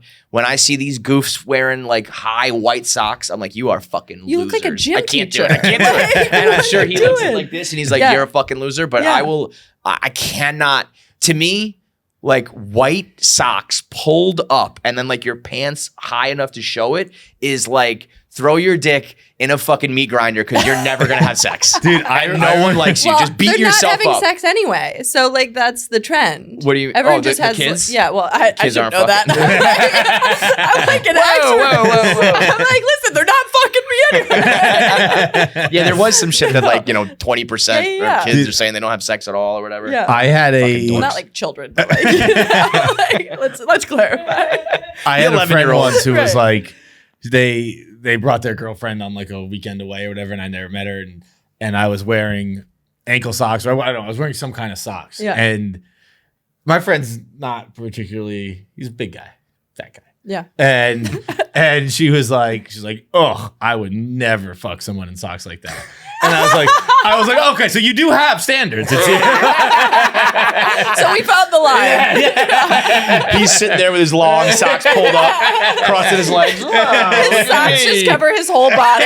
Like his dick is just it's just in one big sock. That to me, like almost everything is cyclical with fashion. It's Right, like now right. everyone's wearing baggy pants. Like when I know. when skinny jeans were in, I was like, this is insane, and I was getting made fun of for wearing like straight cut jeans or whatever. Right. And now it's like if you wear skinny jeans, you're the biggest fucking loser. I in the know, world. I It all know. goes around It's and so around. fucking But stressful. those socks, man. The socks. Never. But I will say about the baggy jeans too, I was furious when those came out. I'm like, I have been squatting for 10 know, years you've been to doing get work this to try fucking to- ass. Yeah. And now we're covering it up. Yeah. Like nobody knows But if also, I have a dong. like, great move by, I guess like the D'Amelios or whoever fucking invented it. Like, bitches. yeah, but Wavy hose. what a great like coming of age for girls in that generation who don't have to worry about. I mean, we had it.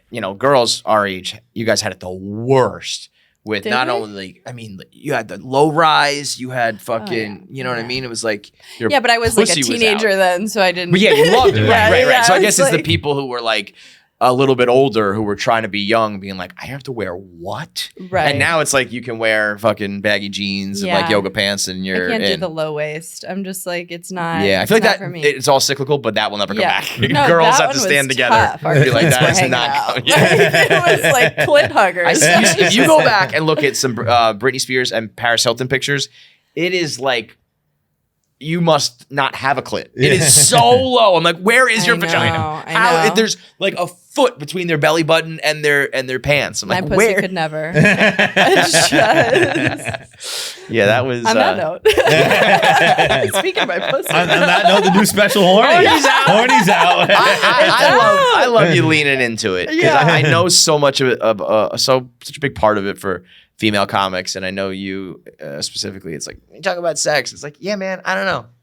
Well, I this think- yeah. one for me, I'm it an was adult. supposed to be called. But it was supposed to be called "Horny for the Sweet Release of Death." So, Right, but right, that's right, too right. fucking long. That is a long one. And then it's a lot of it's about sex, and I don't love that. I know I get the same, women just get that criticism, like, all you need is talk about sex, and I'm like, this one's a lot of sex. Like my last one was a little less, but this one's like. Yeah, But you're if gonna it's get what funny, you hate. it's like- if you're an incel, you're not gonna like it. But to draw a parallel with the stuff we were talking about, like you just do what you like, Right. Like this is what I like to fuck. Or I'm what not you talking about lived or what your experience is like. And if it's good, I understand when it's like a hack female comedian. Right. And they are not funny and they're just talking about sex and that like gets them some followers or Right. whatever. That I can understand where people call it out. But if it's like, okay, the topic was sex and Yeah. it was a funny joke. Yeah. What's your fucking problem? The jokes are okay. You know? I'll be honest. The jokes are like I think just you're a good. I disagree I think you're strongly. a very good joke like writer, a punchline joke type. Like Thank that. you. That and yeah. your delivery and all You that. also like, have some very interesting things you talk about, like sex. no, but like and basketball players. Speaking of basketball, And sex and women basketball. the field is that real? oh yeah, that whole thing. So everything that's the other thing. That special is just autobiographical. It's Yeah. what has happened So to if me in you the live last it, 2 then- years. It's been a nightmare. Also, by the way, Um, you didn't fucking break your sobriety. Huh? That doesn't You count. didn't break your sobriety. I Come know. on. I know. Listen, Give like, yourself some grace. I got jacked when you said it. I was like, "Oh fuck!" So you start running again? No, I wish. That's the thing. That's why when because I'm in AA, whatever, and they're very strict. If you do anything that affects you from the neck up, it's a relapse. And started smoking weed and I did ayahuasca and I was like just being a chill girl, you know? And they're like, you have to start your day count over. I was very mad for a long time. And then You're an AA? That surprises me. You don't. I think that's unfair. You don't. I don't need to be in it. Great. But like, you don't strike me as like I feel like you would like think all like the, I guess, the prayer aspect of it and like the group aspect of it. Right. I think you'd be like, fuck all these people. You're projecting, John. You're projecting. No. I agree. I had a really hard time with that in the beginning, and I didn't. There is like a higher power aspect of it that I was very like defiant of in the beginning, and then I finally was like, whatever. Nothing else is working. Like nothing that I'm doing is working. So I did it, and it worked, and I relapsed. Wait, let me interrupt. It really is like a religious aspect? No, it's a higher power. So they have like it's like turning your life and your will over to. Sorry, this is getting like. It's interesting. It's turning your life and your will over to like a higher power, but as you define it. So you can define your higher power as anything, because a lot of people go in with like a lot of religious trauma and like things where they don't want to have a God or they don't believe in God or they're atheists, and you're allowed to stay that forever. But it's like you just can't be the one that's in control of your life at all times, because then that makes your life like miserable. Because when things aren't going your way, you think it's your fault. You think you can control everything. It's like much easier if you just release it to something else. So like in the beginning, when I was very defiant of a higher power, I was just like my God or my higher power was just my dog or like flowers or like something that made me happy that I looked at and I was like, I know I could never make that. You know what I mean? Like I know. So that's kind of okay. So I was just like, whatever. That's anyway. Joined my cult. Okay. But wait. So Field is this app. I can't believe I hadn't heard about it. Well, because we're deviants, but you hadn't heard about it? No, I learned about it from the special. Yeah. Just get an account to go see what's going on in the world. It'll scare you. Yeah. It'll scare you. You just lay it all out there. Is that the idea? So it's like a sex positive kink app. That's how it's positioned. So people have some like freaky ass shit that they're into, and they literally just put it on their profiles. And then before they'll meet up, often they'll like want to talk to you to make sure that you're down with whatever they're into in the bedroom. And 100% of the time, I was not down. It was crazy. Oh, it was crazy. It's not like, no, I mean like that guy being I'm like, into anal. It's like, I'm gonna like chop your head off. And even there, I'm out. Like, like she's not an anal queen. What was the craziest thing?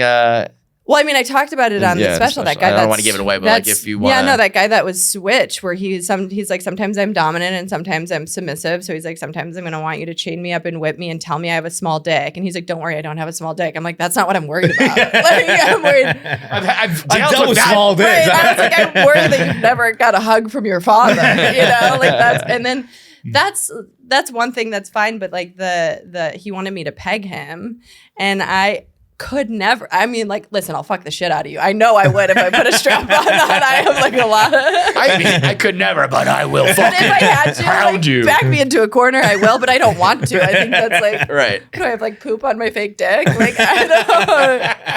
That sounds just like I would be throwing up like you with the egg. Just poop on my fake dick. I mean, that does. I can understand why that app would just open the door to like the literal freaks. Yeah. But some variation of that I think is a great idea.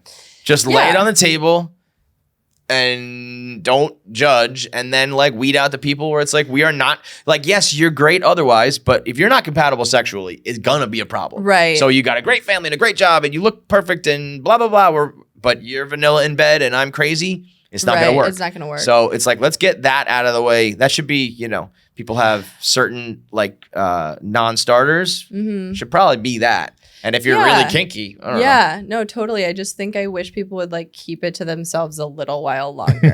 Like I'm a little old school. I feel like everything changed a little. Like I had another guy not on Field, just another guy out in the fucking wild who was really he's this musician, like super successful, like great. I was like checking all the boxes. And then he's like started talking about sex, and he's like, I want you to suck my dick until I come and then spit it in my mouth. And I was like, the snowball. Dude, I was like, that's gay. You're fucking gay, dude.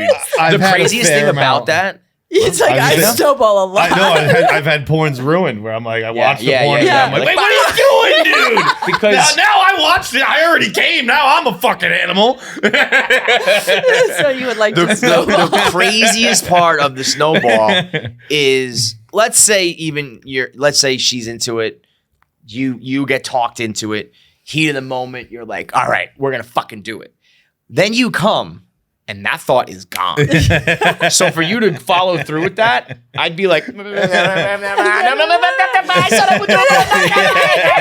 know, like I'll get caught up in the moment for almost goddamn anything. But after you come, it's like, well, I'm not really gonna do all that shit. Like, you know, I'll say all sorts of shit, and it's like, I'm not actually gonna do that. I just came. This is over. We'll see you next time. I don't know. Dude, I had a long distance relationship once. It wasn't a relationship, it was just like a hookup.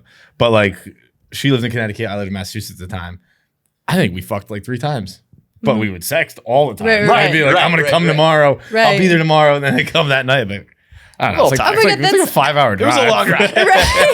A lot of traffic. My leg kind of hurt. My knees are popping. Yeah, there's just something too about sexting that I feel like is so misleading. Like, there's actually a guy from the Cavs that I was talking to who was like such a great, and I'm fucking him this weekend, no big deal, but he was such a great sexter.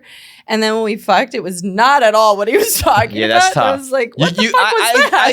I'm better at fucking English than I am at fucking. That's right. That's what it is. I can write really well. Yeah. Well, he's not. I think you got to give a little bit of leeway both sides with like sexting is its own little art form and you're going to like get each other riled up and then, you know, you do like hopefully like 80% of it. I don't think you can be held to like everything that's said. I know, but I'm just so bad at fucking sexting. Like he'll be like, "Do you know you have a great pussy?" And I'm like, "Yeah." Like, that's, and he's just just thumbs up it. Yeah, I'm like hard. I'll like read it and I have my read receipts on and then like walk away and he just keeps going. I'm like, stop! I'm like at a meeting. There are like sexting does get to times where you're like, wait. Yeah, I've said for a while now I'm in a post sexting, more post nude society. I'm like, I don't need to see it. I'll see it when I see it.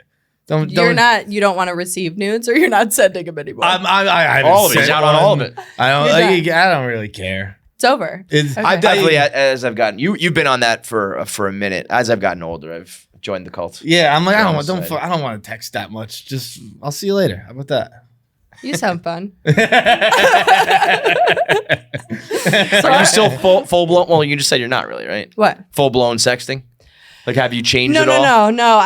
If they try and sext me, I try and do it back. But I'm just like, it is exhausting. I have shit to do. Like, all right, so you agree with me? I'm busy, but like, I don't like nudes, but I'll like a dick pic, but it has to be perfectly timed. Like, I have to be really horny and really want it because a dick pic out of the blue is like getting hit in the back of the head. Like, it is so. It's the knockout game. Yeah, it's just like, so. I've just found as I've gotten older, it's been like, not as well, but you're like settled. You're like chilling. Yeah, but like even like it's just more of like the mindset. Like I watch a fraction of the porn I used to watch. I don't watch porn. Fraction. I haven't watched. I used to be addicted to porn. Right. I was gonna say you had you had an issue. Yeah. I like wasn't showing up to work. No, I wasn't. I was. Yeah, it was you when I was like a wrote bad alcoholic. Showing up to work. That is crazy. Because I think it's one thing if it's like sex is ruining relationships because like it has unrealistic expectations. It's like, I don't know. To me, that's like any movie or book or whatever. It's like, yeah, it's all a little heightened. If you can't distinguish between that, I guess you might have a problem with it.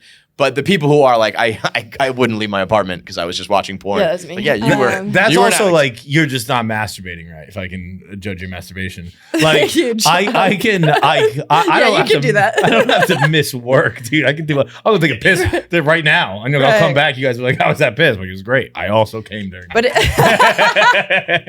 it was part of like my hangover ritual to get rid of my hangover. I would have to masturbate like 8 times. So if you're hungover all the time, I mean, that is a vicious cycle.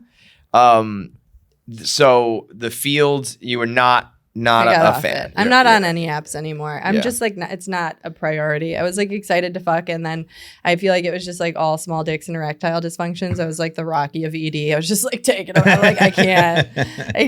Just one after another.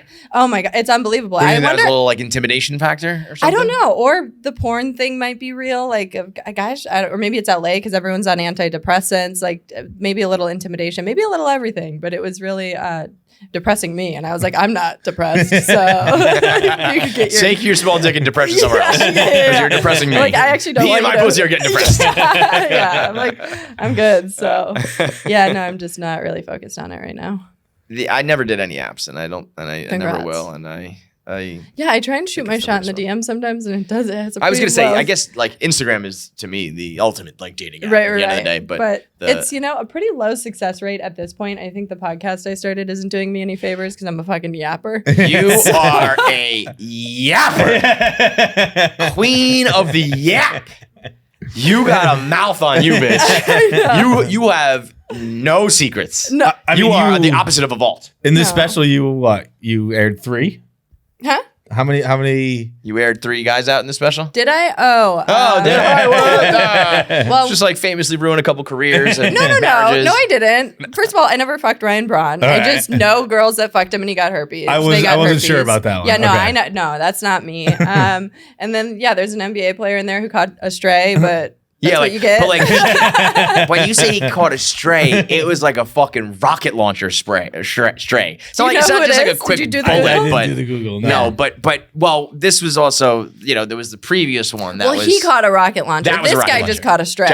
He just caught one of those bullets in the movies that go. Doom. Yeah. You know? I like bounced off something else. Yeah, Was other it dude. Black Hawk This Down? guy caught a Donald Trump. Yeah. He got hit. Donald Trump. The last guy, his house exploded. I think I ruined his life, and I do feel bad about that. He hasn't returned to the internet and like changes his phone number and whatever. Oh, you're still tracking him down, are you? No. He's like, He changes his phone number like every week.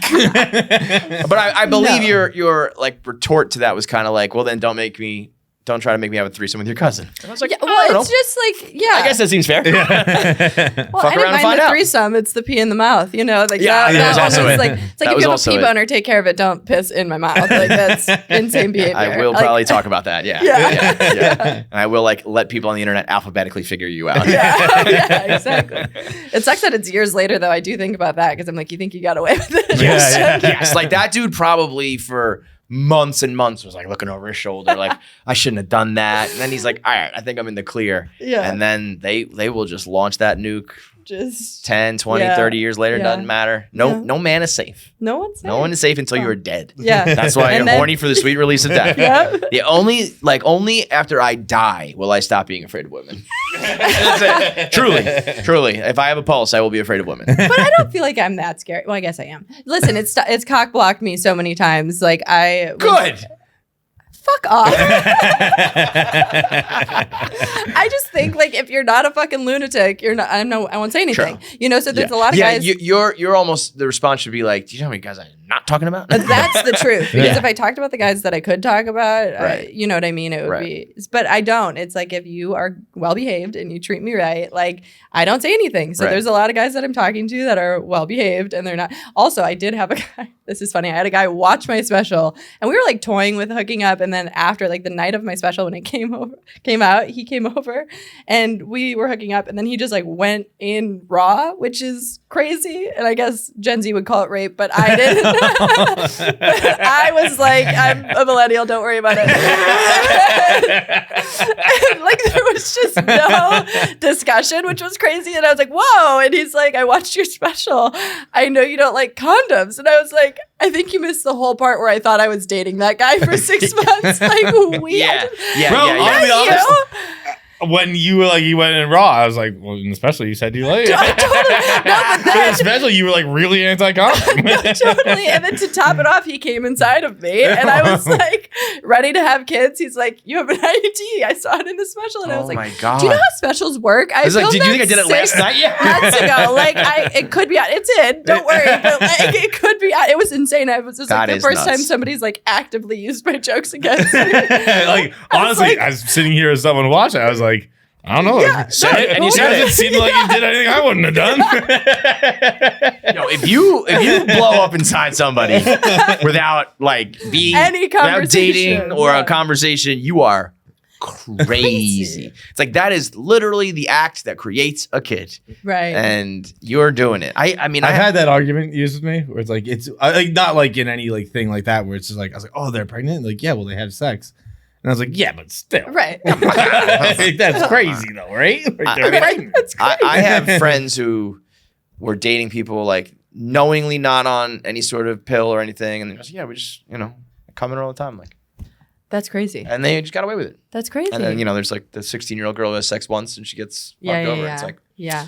You're an asshole, dude. I don't know how this works, but I was very much, particularly when I was younger, like a person who, as you mentioned, especially like is scared that women are trying to like get pregnant. Yeah. Like I don't know if it's from movies, like why I would think that, but I was like condom on, I stick it in for a second, and then I pull out, and I like basically I would describe like my sex as like from like 18 to 28 as like. I stick it in for a second and then we wrestle and I jerk off. Not all the way to 28. Jesus Christ. 28 is probably a little late, but it's close. It's close. You're like, my sex life from 16 to today.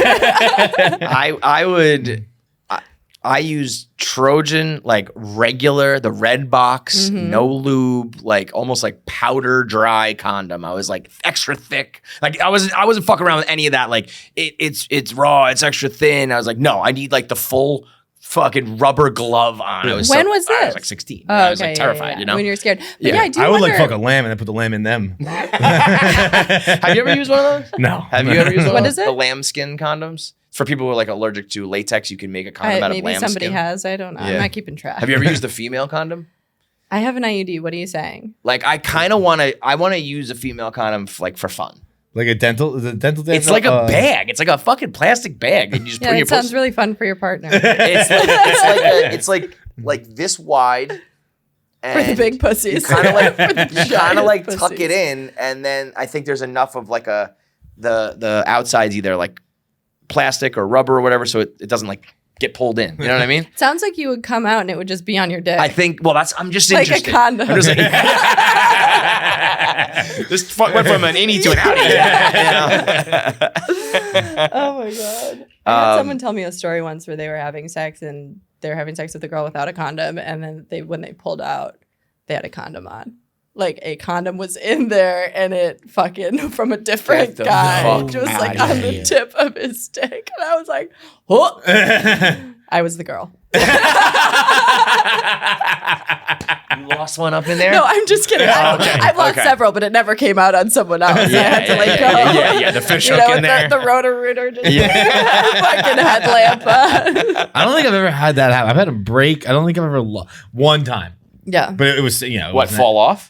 Yeah. It wasn't like, it was like what to me, the condom experience is wildly different like every time to me.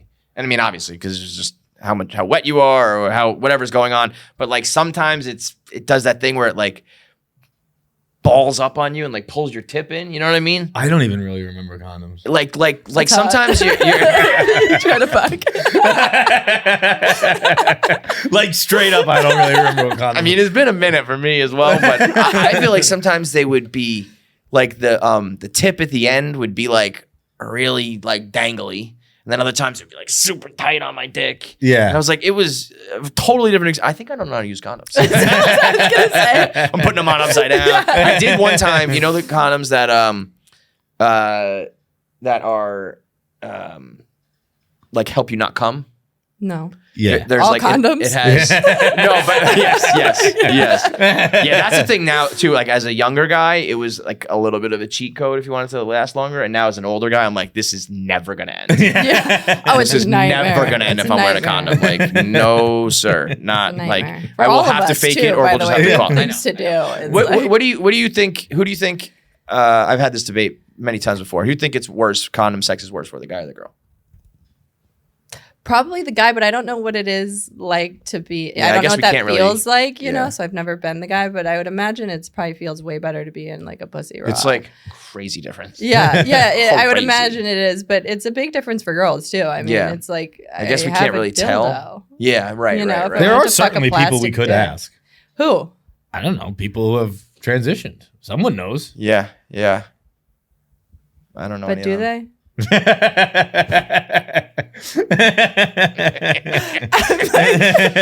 do they? Like, seriously, there's someone who's had. Do they really know what it feels like to have a pussy? There are for sure people out there who have had a dick and worn a condom on it and fucked, and then that also had a pussy and gotten fucked with a condom. Those people exist. Yeah.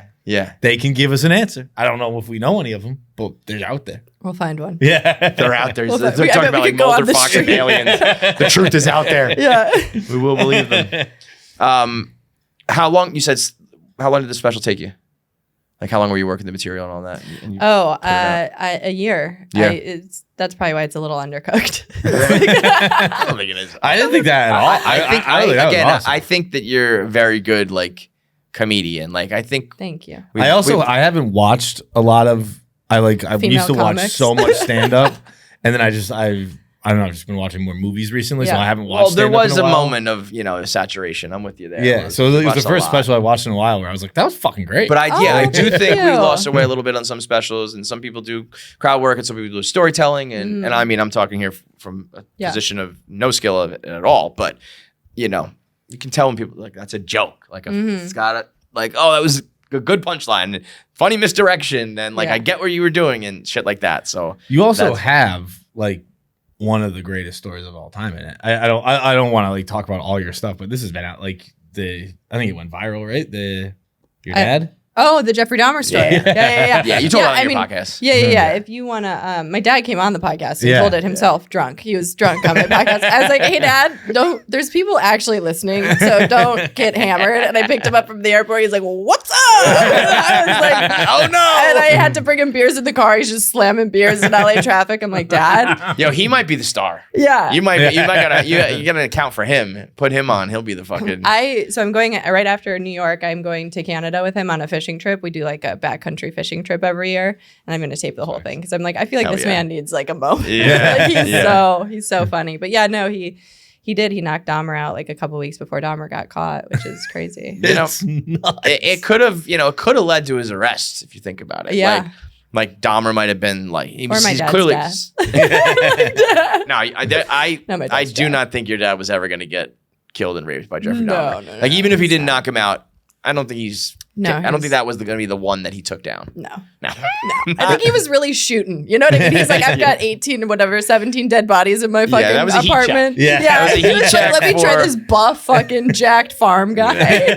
And then he got his glasses knocked off him. That's an all-time. Yeah. I mean, that's the best party story, 2 truths and a lie, whatever you want to call it. I know. It's funny. I told it on the Sickler podcast, and I said, because it was the night of my dad's best friend's wedding. And then like when I told it, here's the thing about me. I still don't realize people are listening to me. I do this thing where I'm like, yap. I'm like, people are like, yapper. You're saying that like it's a bad thing. Are we going to fight? It's a career of a yapper. I'm here yapping. But I said like the best friend's first and last name because I'm not thinking. And he called me. He's like, are you talking about me on a podcast? And I'm like, yeah, is that cool? He's like, people in my office are like so excited. They're listening to this. So it's like funny, but like, yeah, he knocked Dahmer out, which is it's as good a knockout as you can possibly have. I think. Yeah. Like there's no one out there that would be like, oh, you're an asshole. Yeah, everyone alive at least has some group that would be like, I was kind of fucked up. Dahmer's like the one. Yeah. We just knock him out. Well, there's probably like some hot girls or some girls who think he's hot being like, that was rude. Those Dahmer obsession. Those the girls on Field being like, I like fucking serial killers. Yeah. Did your parents get divorced? Yeah, when I was 5. Yeah. When you were 5? Mm-hmm. Okay. I was always, not always, but curious, like, if it... Why I'm a comic? No, just like, if your dad was like, I don't know, I don't love all the jokes about your mom. Oh, no. He probably loves him. No. He doesn't like my comedy, period. Right. So he doesn't watch, He's like, this isn't for me. He's tough. like, if I wasn't your dad, I would think it's funny, but... I think that's weird when, like, parents love their kids' comedy. It's weird. Where like my parents are embarrassed of everything I do. Totally. Like they should be. They should be. Yeah. You should not enjoy this. Yeah. No. Doing embarrassing shit. I told like, and my parents were very like they listened to me like and my dad fucks around a little bit, but he's a dad. He doesn't matter. But my mom, I was like, do not read what I write. Do not listen to what I do. Mm-hmm. And she was like, cool. And that's been that way for 15 years. Oh, that's really nice. Yeah. That's really nice. It's also because she's like kind of illiterate on the internet. But even if she was, I think she would listen to it because it's just like, this is going to be bad for all of us. And my sister too, like everybody kind of gets it. If I date you, like, please don't. Yeah. And because it's also like, it's going to be a problem. Like, I'm not just like telling, like this 100%. Will, eventually we will run into something that upsets you that I am only joking about, but it will be an issue for us. So just fucking don't. Yeah, But people, curiosity killed the cat. Yeah, my mom's family and I are like totally estranged at this point, but the comedy was a big factor. They're like, that is fucking not great. And I'm like, if you don't like me, you go to reddit.com and then there's a subgroup of people who also don't like me. You can go talk to them. I was like, you have a support group on the internet. I mean, the jokes about your mom are like incredible though.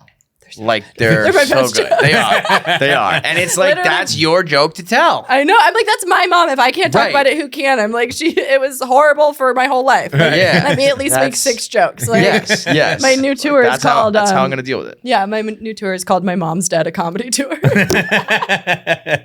What was the like no pun or anything? My mom's dead. That's fucking who great. was the child star who just wrote that book? Like, I'm glad my mom's dead or something like that. Oh, Jeanette McCurdy.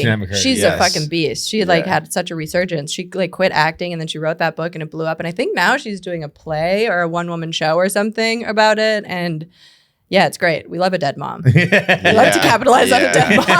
Well, it's great when you can like be fully honest and they're dead. You can write dead. the books. It's beautiful. Like, the thing is they're dead. Yeah, I'm like, they can't respond or anything. No, like I tried because I was afraid my mom would kill me. My mom was obviously violent. She killed herself. She had a gun license and everything. She did. She was shooting at a target. She was threatening people's lives. I was like, hey guys, maybe go take the gun. And they're like, no. And then she died. I was like, I feel like we saw that one coming, right? at least one of us did. Yeah. Where was I going? Oh, I was afraid my mom would kill me. So when I was when she was alive, I tried to write jokes about her, but I couldn't do it because I was like, she's gonna show up and slit my throat and drink my blood. Like it's not the juice. Then won't she's be dead and worth. the pen, the ink is full. Yeah, like, got a whole new special. Let's go. We were just talking about. I want to ask your opinion on. Are you following this whole "It Ends With Us" shit with Blake Lively? No, my friend just told me about it last night. I don't really follow pop culture, but what's the tea? Tell me, fill me in. I was gonna say it kind of draws a parallel, but it doesn't really. Parent stuff, and it's like this author wrote this book, and it was very like 50 Shades of Grayish, but it was about domestic violence.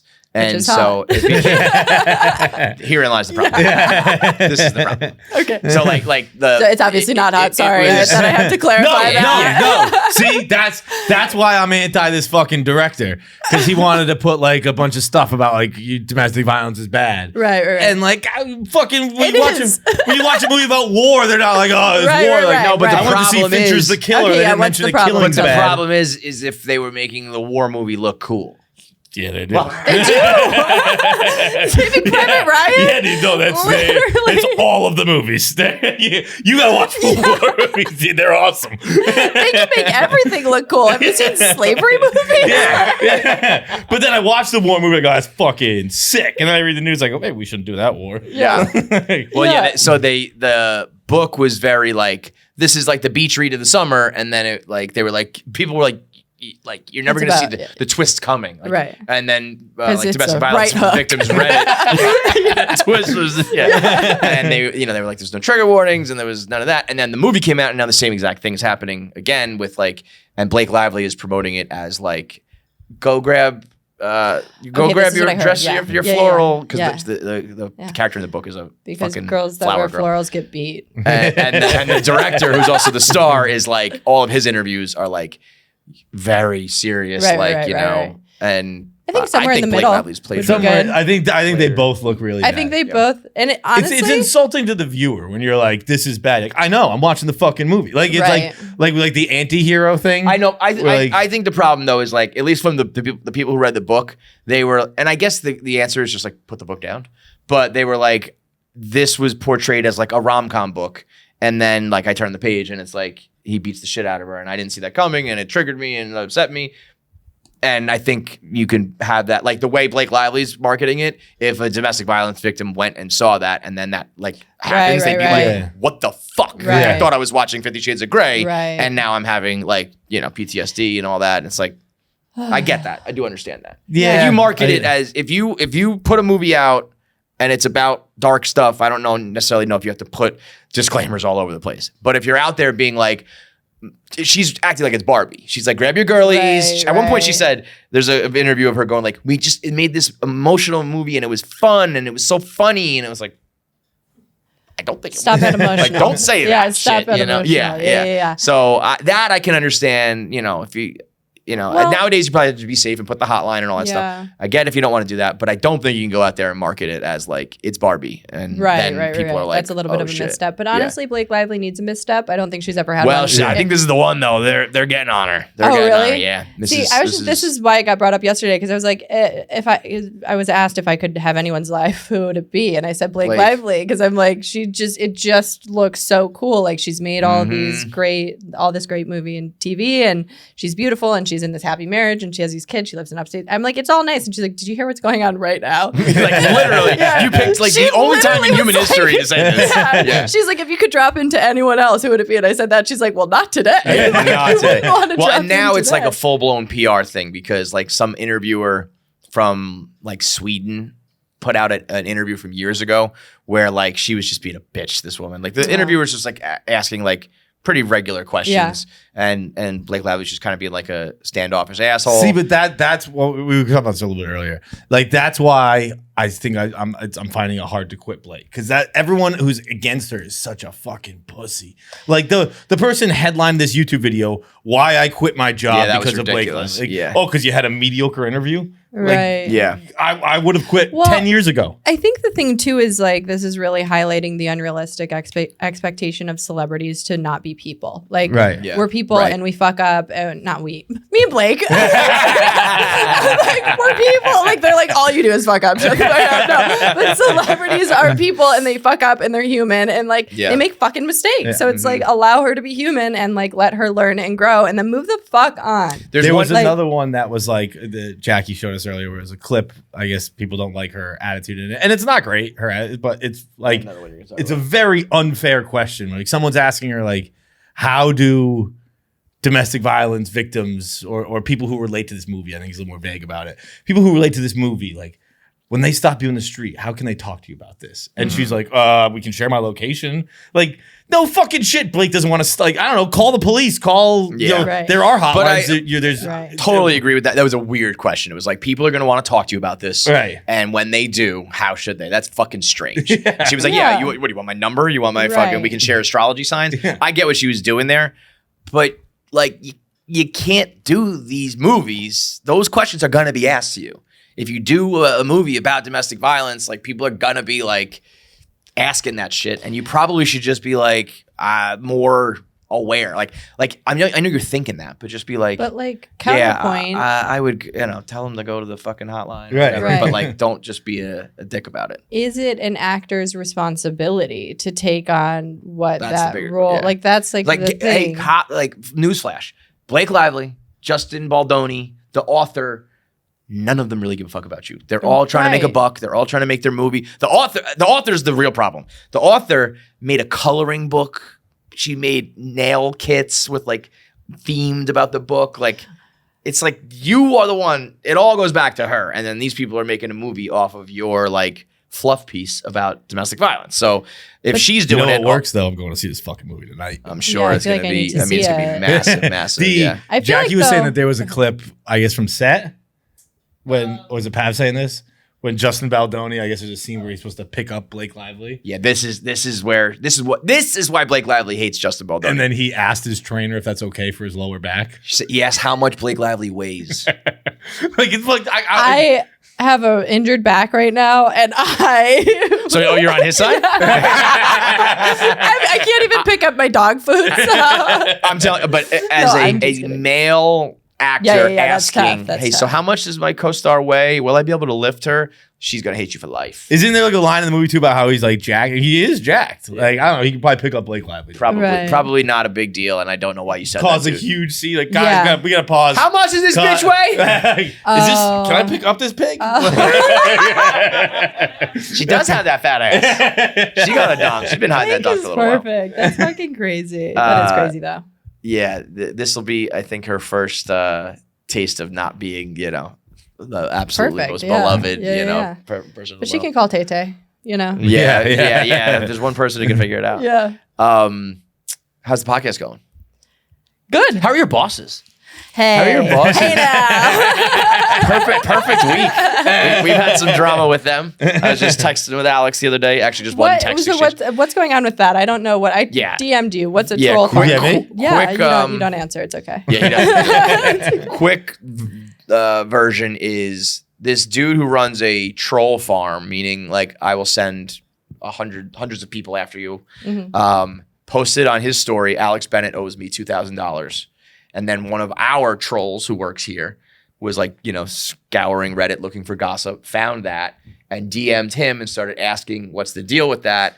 And the rumor was that he said, yes, Alex Bennett paid me for my services and that she sent people after, I guess it was worded as like someone from KFC Radio. But why? Well, that was the first thing. It was the first thing. People just assumed it was me. And then I was like, that's crazy because I was the one who had their back. Mm-hmm. And then we started talking to our troll started talking to this troll guy. And he was like, I think he's lying. I think he's just talking bullshit or trying to stir up drama and promotion for his job. Mm-hmm. And then he like doubled down on it and said like, no, it was true. And that it was actually going after Jackie. What'd you do? Made the clips. Yeah, she was the one who made the clips. So I think all of this is probably, I don't know what it is. Yeah, I think it sounds like a nothing sandwich a little bit, but like it sucks to have fucking trolls coming after you. I know for a fact it wasn't Alex because she's just in Babyland. You know what I mean? She's just like kind of doing her own thing in Austin and working on the company and getting ready for the baby. It's like almost here. How's it going? It's good. The podcast is really fun. I love working with Brittany and it's fun. I caught her at the special. Huh? I was like, it's funny. I was like, oh, I know that person. Yeah. She was there, and then like Megan Trainor was sitting in the front row. No way. Megan Trainor, shout out Nantucket, Mass. What? Shout out Nantucket, Mass. Oh yeah. That's where they're from. She was there, and people are just like commenting. They're like, "Is that Megan Trainor? Is that?" There's like also one of my friends is that girl who did the Bling Ring. Do you remember that whole thing? So she was there. There's a cutaway of her. Wait, she was the girl who robbed Orlando Bloom. She was the one who did it. Yeah. Oh shit! The fact that you're friends with the Bling Ring is like perfect. I almost could have guessed it. You were in it, I imagine. Yeah, you were probably fucking running Wisconsin. those. That's hilarious. Yeah. That girl, like, did she get in trouble? Oh yeah. But now she's and she's now been sober for 13 years. Yeah, she went to jail a few times, but yeah, she did. Did they rob? Was that them with? Yeah, it was a whole slew. But they were just fucking, or they were also just robbing celebrities. Like Paris Hilton and like there was a few other people that got Megan Fox and Brian Austin Green. Was that one? Yes. No, well, I know Brian Austin Green was one. I don't know if Megan Fox was there, but we had Brian Austin Green on one time, and he was talking about the Bling Ring, or was he just getting robbed? Yeah, no, that was Bling Ring. Because that was like 14 years ago. Yeah. Okay, and it was him. I didn't even know he was. Yeah, he didn't notice for like months. Yeah, he was God, like to be that rich. Yeah. I just aspire. The only way it came up was somebody tried to pawn it, and like I guess Rolexes are so rare and they're like numbered in a certain way, and it like came up on like the Rolex like registry that like this belongs to Brian Austin Green, and he went and he was like, oh yeah, I'm missing that and like 5 others, and I was like, damn it. Even Brian Austin Green has like that kind of $2 million worth of watches. Damn it. Speaking of Rolexes, you guys, the last time I came on this podcast and said I wanted to just have Drake buy me a Rolex and blow my back out, the way your fans came for me and were like, you're not even worth a Timex, bitch. The way I was like honestly impressed. I'm like, you have some of the most gnarly fans, but they're funny. I'm like, at least they're funny. They are terrible. They're the worst to me. So, but that is actually how I met Alex. This is crazy. So one of the guys that DM'd me was like, I can get you a Rolex. And I was like, okay. And then we started talking, and then he was like a little aggressive, and I was like, you're not for me. And I already have a Rolex. Like I was joking. And then randomly he hit me up and he's like, I know this girl who might be starting a podcast network. I'll like connect you. And that's how I met Alex. Really? And Alex and I like flew to Paris and fucking had a great time. Yeah, you girls were just bebopping around Europe together. Bebopping. And that was kind of like right after everything went down with Barstool. See, I don't think I knew how much drama was going on. Like, you fucking traitor, Brittany. See, if I would have known. No, I'm just kidding. No, but she's great. You know, she's ambitious and she had a lot of really good ideas. So I just got on board. Why not? And you're just you didn't fucking hire me, so I don't have that power around here. I just do this little world, and that's it, man. So what else? What else we got going? Anything else? I mean, you were. I feel like you were in Paris, and then I feel like every time I checked your Instagram, you were all over the I've done world. a lot of traveling this year. I was in Mallorca for a writer's retreat, and then I did Paris, and then I did Writer's San retreat. Sebastian. What a fucking joke that is. Well, you it just was went to such Mallorca a and just like joke. hung out and banged people and drank and ate. And I you went writing. wish. I didn't. I had really bad jet lag. I was at like a legitimate writer's retreat in the beautiful countryside of Mallorca. Everyone's foreign and actually working, and I'm just sitting there like drinking espressos and wondering why I have jet lag. Like, Wait, I thought, okay, so maybe I'm going to give you credit. I think last time we were in LA, I was like, I'm jet lagged, and I thought you were making fun of me. But I think maybe I probably was. No, I think you were. Yeah, because you were like, get over it, bitch. You said something like, over 30 jet lags. I forget what you said, but I took it as making fun of me. Oh, no. I was serious. Jet lag kicks my ass. Like, every once in a while I hack it, and I'm like, I'm a genius. Like, I'm the queen of the universe. But even coming here, like yesterday, I was up till 3 a.m. I'm like, I need to go to bed. What am I doing? I don't know why. I can't figure out LA. I think Europe's easy. Europe, just take a red eye. You're fine. Sleep, or whatever. That's your nighttime. Like they take like a 10 p.m. flight, because then you get there at like noon and you're fucking golden. You can give a half day. Yeah. But I can't figure out getting back from LA. That fucking kills me. But it's only 3 hours, right? But it's like, it feels like a lot. Yeah. Because it fucked me up last night when I was awake at 3 a.m. You two are children. Children. I'm a little tired. I'm not tired. Well, we Shut the fuck also up. don't have kids, so we're just like, our sleep is that's what it slightly comes down off. to. I know. You guys are assholes. Childless. So that's All why right. is Paris Hilton up here? Well, we were pulling up pictures before about how her pussy is out with her pants. Oh, Way okay, back, but we and- didn't get it. Yeah, we just kind of just left it on stopped Google. it. Just That Paris. was Jackie Googling. That's where she stopped. That's Jackie being on it. Paris Hilton, the One Night in Paris, when that came out, was one of the more disappointing moments. I know, but it was, that was huge. I didn't realize how much Paris Hilton is, obviously has the name, but how much she got cut out of her family's fortune and everything. Like, she's pretty much, self-made. Because her grandfather, or her great-grandfather, one of the two, was like so horrified by her that she got completely cut out of the family fortune. And even the dad got cut out. So like the grandfather who died, Conrad, I think, Hilton, was so gangster. He was like, none of you would get anything. And the dad went to court and was like, this is fucking bullshit. And he ended up they like settled for him, but it was like $4 million and like 97 million or whatever went to like charity. She got nothing. It's heartbreaking. Yeah. I mean, thank God I don't have a fortune to get cut out of. Because that would be But she apparently like her it's just very curated, way more than people realize. Like just the whole, she basically invented being an influencer. At the time, she was called the socialite, but like everything was very calculated, and she kind of leaned into that character, and then she launched like 8 different businesses, and now she's worth like 300 million, but it has nothing to do with the Hilton hotel fortune. The like, what do you call it? Like trust and like giving money to your kids. I'll never understand that. Like I read a quote about it recently. It was, I forget who it was from, but like a billionaire who's like, I'm not giving my money to my kids. Like they got to row their own boats. And I get it back in the day when you're fucking dying at 50 and your kids are 20.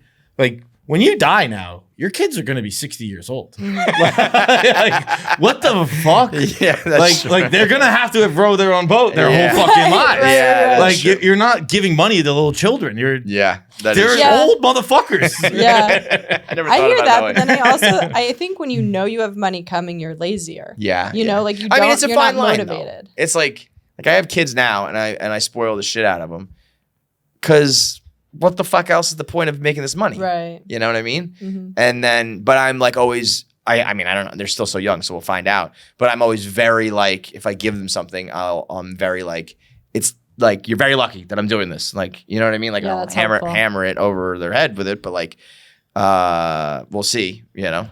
But I also am But I like, I'm wonder not if going to they- be one of these people who's like, you don't get any of my money. But like if they didn't row their own boat, if they didn't fucking create their own, You would know it by then. you were a Yeah. bad parent. Like, Oh, yeah, you've yeah, already that's failed also- as a Right, parent. right, Like right, it's on you as a living person, Yes. not on Right. you as a dead person. Totally, Right. totally. I mean, like I grew up. My parents were not rich, but like we got whatever we wanted basically, and they just I think did a good job of like explaining life to us, so we weren't assholes. You know, I don't think You don't consider yourself an asshole? Touche. Look how we turned out. We're fine. Fucking dickhead. I like the. I think I read once shit. like anyone who says like, "Look how we turned out, we're fine," is definitively not fine. They say from the psych ward. And you're good with Brittany, huh? You guys linked up like pretty she's much great. like four. Like you didn't know each other prior to the podcast. We did. We were You did? friends. Yeah. Oh, okay. Yeah. We were friends for about a year before. Okay, that's what I her. mean. Though. Like it was not Yeah, a lifelong thing. No. But she's great. Like she, I'm a little more low energy, but I overshare, and then she's high energy, and she I really feel like says sometimes nothing. she's like 100%, 100%. She's a lot more conservative, like with her beliefs than I am. So you horrify her. I think I scare her, but in a good way. Yeah, in a way that's like kind of fun, and she's entertained by it. But yeah, we couldn't be more different. Like we've That's a lived good combo, very different lives, and she has very different views on things. So I think it's like a really healthy balance where like, she has a completely different perspective than me, and her life is also a lot more private because she's married to Tommy. She ain't yapping. I know, but like also there's a lot of pressure on me to yap. Yeah, then you gotta because, yap. I know. So I'm like, someone's gotta do the yapping. I'm out here doing field research. I'm not trying to actually even date. Like I don't even want to fuck these guys. And she's got the ability to yap if she wanted to. Dude, you know their stories. She chooses not to yap. I think she's she made a yapped- cameo on this podcast, hasn't she? Did she? I thought she poked her head in when we interviewed Tom. We interviewed Tommy Lee on Zoom during COVID. I feel like Zoom. She might have probably. poked her head. I was gonna say maybe she not. didn't come to New York because she No. doesn't travel. No. She doesn't like really. She likes staying home. She's like very much a homebody. Yeah, I mean Tommy was letting it rip, obviously. But I mean, he's sometimes if he was letting it rip, that's great. Sometimes he's a little less. He's a little more reserved. Also, no, I feel like he was telling some stories. Yeah. He was telling some stories. He He also had a pint might glass have of been vodka. drinking at the time. Yeah, remember, It was COVID. He said Yeah. I'm sober. Yeah. But he was drinking a pint of vodka. That's And he was like, well, like alcohol doesn't count. I was like, that's so Tommy Lee. That's so funny. So the first time I went over to their house ever, I'm sober, and I went over and she's like, "Do you want something to drink?" And I was like, "Sure." And she's like, "Tommy drinks these CBD drinks all day," and I was like, "Oh, I'll have one as long as there's no THC in it." And so she like puts it in a glass and pours it, and I drink it, and like 30 minutes later, I'm Super high. zooted. I'm just like, and I have to say something because I can't hide the fact I'm high. So I was like, hey, like I'm not trying to like rat on Tommy, but these definitely have THC in them. And she's like, what do you mean? She's like, he's been drinking these like 6 a day. You were yapping She's again. like, There you go. She's like, no, listen. So then That's she's like, fucking Tommy, hilarious. come here. And she like confronts him about it. And she's like, there's THC in these drinks. And he's like, babe, I used to shoot heroin. And I was like, he's got a THC point. is not putting a dent in this hole. He's got a point. Yeah. Yes. Like totally. Yeah. That is so funny. I think it's the Motley Crue movie. Maybe it's the book. I think they said they used to shoot Jack Daniels. Yeah.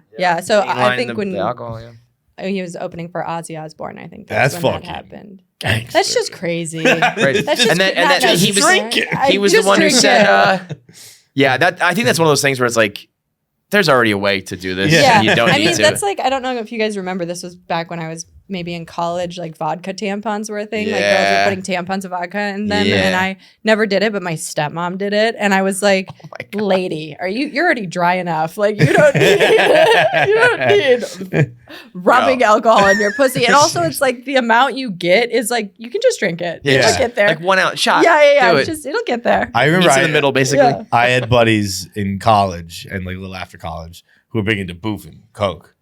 What's And, that? Like you stick coke in the up butt? your ass. Yeah. I did it once. It's like Steve Nicks, right? Yeah, I did it once. But like, yeah. Did I know that? Who blew it? I don't even think no, it would just be like you stick your finger in the bag and then you fucking put it up your That's ass. disgusting. And then there's Everybody's butthole dipping fingers the going in fingers? the No, bag. you dip once. Yeah, but then he dips, and then Yeah, you dip, think and coke, then you think people doing cocaine do it once? No. Like, I'm good. So the time I did, I can only speak to this one situation. It was like everyone went up like that. and One we time. fucking did that. and that nobody was it. went back in. No. Okay. Again, I don't know. I don't think I did it right. I don't think That's the boof bag. Yeah. I don't think I got like. I think I just like. I think I basically just rubbed coke on my skin. Well, Like, it's also I think other people was fucking hammering it up. Some guy. What are you doing? Doing coke? Got his fist in his Why are you ass. bouncing on it? We're trying to get high. You're trying to come, dude. What's Finds going his on? prostate for the first time. He's like, what is this? You guys all just came He's too, like, right? He's like, man, I love Yeah, coke. what a coke ring that was. Yeah. It was Just like, doing let's do it coke and again. coke. I don't even know if it's a thing. Why is your dick hard, dude? I'm doing it right. I only learned that word from them. I imagine that's like I imagine it's a thing. I don't know. Maybe everyone just tricked me to my finger up my own ass. Yeah, everyone else was faking it. Yeah. Like, look at that pervert. It's the ultimate give me my money prank. I hate that so much. Can I say how much I hate that? Did it get done to you? No. I just think it's dumb. Yeah. Well, but it is dumb. But it's and kind it's of funny. hurting people's feelings. There was one. I think it was the Idris Elba's men's feelings hurt. There was a women's. I think it was the women's national basketball team. The girl was like crushed. It was like, what did I do? Yeah, see, it's fucked up. It's like, It's like Jesus bullying. Christ. Yeah, but like it's fun to make people feel small. Yeah. I get it. All right. Well, I'm glad things are going good. The special's great. Special's out. On YouTube. The podcast is killer. She's yapping, folks. I'm yapping. She's You're yapping. saying that like it's a bad time every time you say it. No, I mean, it single makes for a great fucking podcast. It does not Listen. make great to be your ex. I'm spilling the tea. Yeah, no, I'm having guys like before they meet up being like, can this stay between us? And I'm like, Yeah. Totally. Totally. Well, it really is. It's like you have like Lord of the Ring type power. It's like, we'll see. Yeah, you know we'll what I mean? see. You decide Yeah. whether this stays between us or not. It is. Depending on how you treat me. yeah, exactly. It is an interesting thing, like a repellent, I guess maybe, where like Deterrent? a deterrent. Where like I've always thought, like I've never thought about it when I'm dating someone. Like I'm probably gonna talk about you. I don't name as much, Yeah. but like I'm probably gonna tell stories that happened in my life. But then one time I went on one date with a girl who had a blog, and I just like looked at it afterwards, and it was just like all about her ex, and I was like, yeah, it's probably not gonna work. Yeah. But like So- I guess it was just a shoes on the other foot thing. Or Yeah. maybe it's like I tell stories. I think I'm at least like being kind of funny about it. Where Yeah. hers were just like, he's an asshole. And Right. I was like, oh, Yeah. all right. I don't deal with that. See, I'm being funny, but it still doesn't matter. Like I gave a guy when I was They in don't Paris. think it's funny. Yeah, nobody cares. Nobody thinks it's funny. The guys who aren't involved think it's funny, but nobody else. When I was in Paris, I was like at the Soho House and I saw this guy and I was like, he's so hot, but I didn't want to like go up to him. So I gave the server my like Instagram to give to him, which was afterwards he didn't reach out and I was like, oh, he was like making eye contact with me. He was so hot. Like what happened? And I'm like, it's my fucking Instagram. But then I told myself, You gave him your Instagram. Like, I should have told gone with your myself phone number, this you dumb bitch. story. I like convinced myself that Parisians didn't have Instagram. I was like, I don't think people in Paris even have Instagram. They're just like really private people. This whole story. And then the next day I went back to the restaurant because I was staying at the Soho House and the server was like, oh my God, did he hit you up? And I was like, no. I was like, he must like not have been interested. And he's like, he had your Instagram pulled up and he was showing everyone at his table. He was like, they were looking at it for a while. And I was like, that's worse. Yeah. That's way worse. I was like, I wish Parisians didn't have Instagram. You know how the European Union is with Meta. They're working stuff out in court. It's got like 20 million followers. Most active guy on the page. Right. All right, well, good stuff. We always love when you come through. Thank you. Thank you for having me. Thank you so much, Bye, Brittany. guys. All right, big thanks for watching. If you made it through this whole episode, that means you should be subscribed. There's so many of you out there who watch and don't subscribe, so make sure you are a KFC Radio subscriber. Make sure you get all the content when it drops. Click that button now. I have 9 fingers. I'm still subscribed. It's that easy.